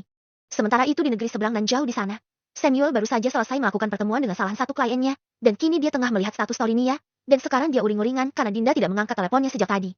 Rafael juga beberapa kali dihubungi namun pria itu mengabaikannya. Apa dia sengaja mengirimku ke sini agar aku tidak menggacaukan perjodohan Dinda? Gumamnya frustasi dengan rahang yang mengeras. Dering ponsel Samuel berbunyi. Dia harap Dinda lah yang menghubunginya. Namun itu panggilan dari anak buahnya yang dia perintahkan mencari keberadaan wanitanya itu. Katakan, apa yang terjadi? Tanya Samuel. Tuan, 1 minggu lagi Nona Dinda akan melangsungkan pernikahan di hotel milik keluarganya. Undangan sudah disebar, dan sekarang Nona Dinda sedang pergi memilih cincin bersama seorang laki-laki. Lapor seorang pria di ujung telepon. Samuel mengepalkan tinjunya kuat-kuat, matanya memerah memancarkan kemarahan. Pada akhirnya, sekeras apapun aku berjuang, tetap saja orang lain yang kamu pilih. Batin Samuel yang diliputi kekecewaan. Baiklah, Cari tahu siapa laki-laki itu. Laporkan padaku secepatnya. Akhirnya Samuel memutuskan sambungan telepon setelah memberikan perintah. Hah, Dinda, aku memang bukan pria yang baik untukmu. Tapi, terima kasih karena sudah memberiku kesempatan mendekatimu. Lirihnya sambil menatap potret wanita di layar ponselnya. Sementara wanita yang dia tangisi sekarang sedang tersenyum bahagia. Bingung memilih cincin yang mana yang akan dia ambil. Semuanya terlihat bagus dan cocok di jari manisnya. Ambil saja yang mana yang paling kamu suka. Ucap seorang pria di sampingnya. Dinda cemberut dan berkata dengan manja. Semuanya bagus. Kalau begitu pilih cincin yang pertama kali kamu lihat. Sarannya memberi solusi kebingungan Dinda. Oke, kalau gitu aku ambil yang ini. Dinda memilih cincin dengan desain sederhana namun elegan dan sangat cocok di jari manisnya. Pria itu mengangguk lalu mengusap puncak kepala Dinda dengan sayang. Baiklah. Apa kamu senang? Dinda mengangguk dengan senyuman lebar. Tanpa sepengetahuannya seseorang mengambil potretnya dan mengirimkan pada Samuel yang semakin marah dalam kekecewaan melihat betapa bahagianya Dinda di foto itu. Samuel berpikir mungkin lebih baik dia memang tidak mengacau. Toh sahabatnya sendiri sudah menyingkirkannya agar pernikahan adik sepupunya tak diganggu. Terakhir kalinya, izinkan aku mendengar suaramu. Aku mohon. Samuel kembali mencoba menghubungi Dinda. Berharap wanita itu mau mengangkatnya. Halo. Terdengar suara Dinda di seberang sana. Samuel meneguk ludahnya. Lidahnya terasa keluh ketika ingin menjawab. Halo, Mas. Panggil Dinda lagi. Terdengar suara pria di samping Dinda bertanya membuat Samuel memejamkan mata dan setetes air bening meluncur dari matanya. Siapa yang telepon? Tanya pria itu. Oh, ini Masam. Asisten Bang Rafa. Jawab Dinda, yang masih didengar oleh Samuel. Pengakuan Dinda kali ini benar-benar menjatuhkannya ke dasar yang paling jauh. Di mata wanita itu dia tidak lebih dari seorang asisten Rafael. Kembali pada teleponnya Dinda memanggil Samuel beberapa kali. Setelah merasa hatinya sedikit tenang, Samuel akhirnya menjawab dengan suara serak. Kamu lagi apa? Sibuk gak? Apa aku ganggu? Tanya Samuel yang kini tak lagi memanggil sayang. Secepat itulah dia menarik diri agar rasa sakitnya tak terlalu dalam. Oh, aku lagi di luar Mas. Enggak ganggu kok. Ini kami juga udah selesai. Jawab Dinda. Samuel menekan rasa sesak di dadanya lalu berkata lagi. Kenapa gak bilang kalau mau menikah? Dinda tak menjawab. Lalu terdengar hela nafas berat di sana. Maaf, Mas. Sebenarnya, kamu tidak perlu mengasihani aku. Hak kamu memilih siapapun untuk menjadi suamimu. Tapi sebagai pria yang sedang mendekatimu dengan serius bukankah kamu terlalu jahat langsung membuangku tanpa penjelasan? Tanya Samuel. Ada kemarahan dan kekecewaan dalam nada suaranya. Tapi Samuel tetap berusaha bicara dengan suara rendah. Mas, maaf, ini keinginan keluargaku. Bang Rafa juga setuju. Jawaban Dinda membuat Samuel tertawa. Kesepakatan keluarga ya? Baiklah, semoga kamu bahagia. Aku harap kali ini pria itu benar-benar mencintaimu dengan tulus. Dan semoga dia adalah pria terakhir dalam kehidupanmu. Ucap Samuel memberikan doa dengan tulus. Mas, karena... Suara Samuel tercekat. Jika dia menyakitimu, mungkin aku tak ada di sampingmu lagi saat itu. Mas, aku... Dinda tidak tahu harus mengatakan apa. Tidak, apa-apa. Jangan khawatir. Aku baik-baik saja tidak akan sampai bunuh diri kok. Samuel tertawa lagi, mencoba terlihat tegar meskipun kini air matanya terus keluar bahkan ingusnya yang lama bersembunyi kini menampakkan diri. Samuel langsung mematikan ponselnya tanpa berpamitan. Hanya itu yang ingin dia sampaikan. Samuel meninju dinding kamar hotel tempatnya menginap hingga tangannya berdarah. Rafael, kau memang sahabat baikku. Ucap Samuel. Dia kemudian beranjak mengambil laptopnya, menulis surat pengunduran diri, 10 tahun lebih mereka bersama, berbagi suka dan duka. Melewati banyak rintangan. Jatuh bangun usaha mereka dalam meraih kesuksesan hingga seperti sekarang.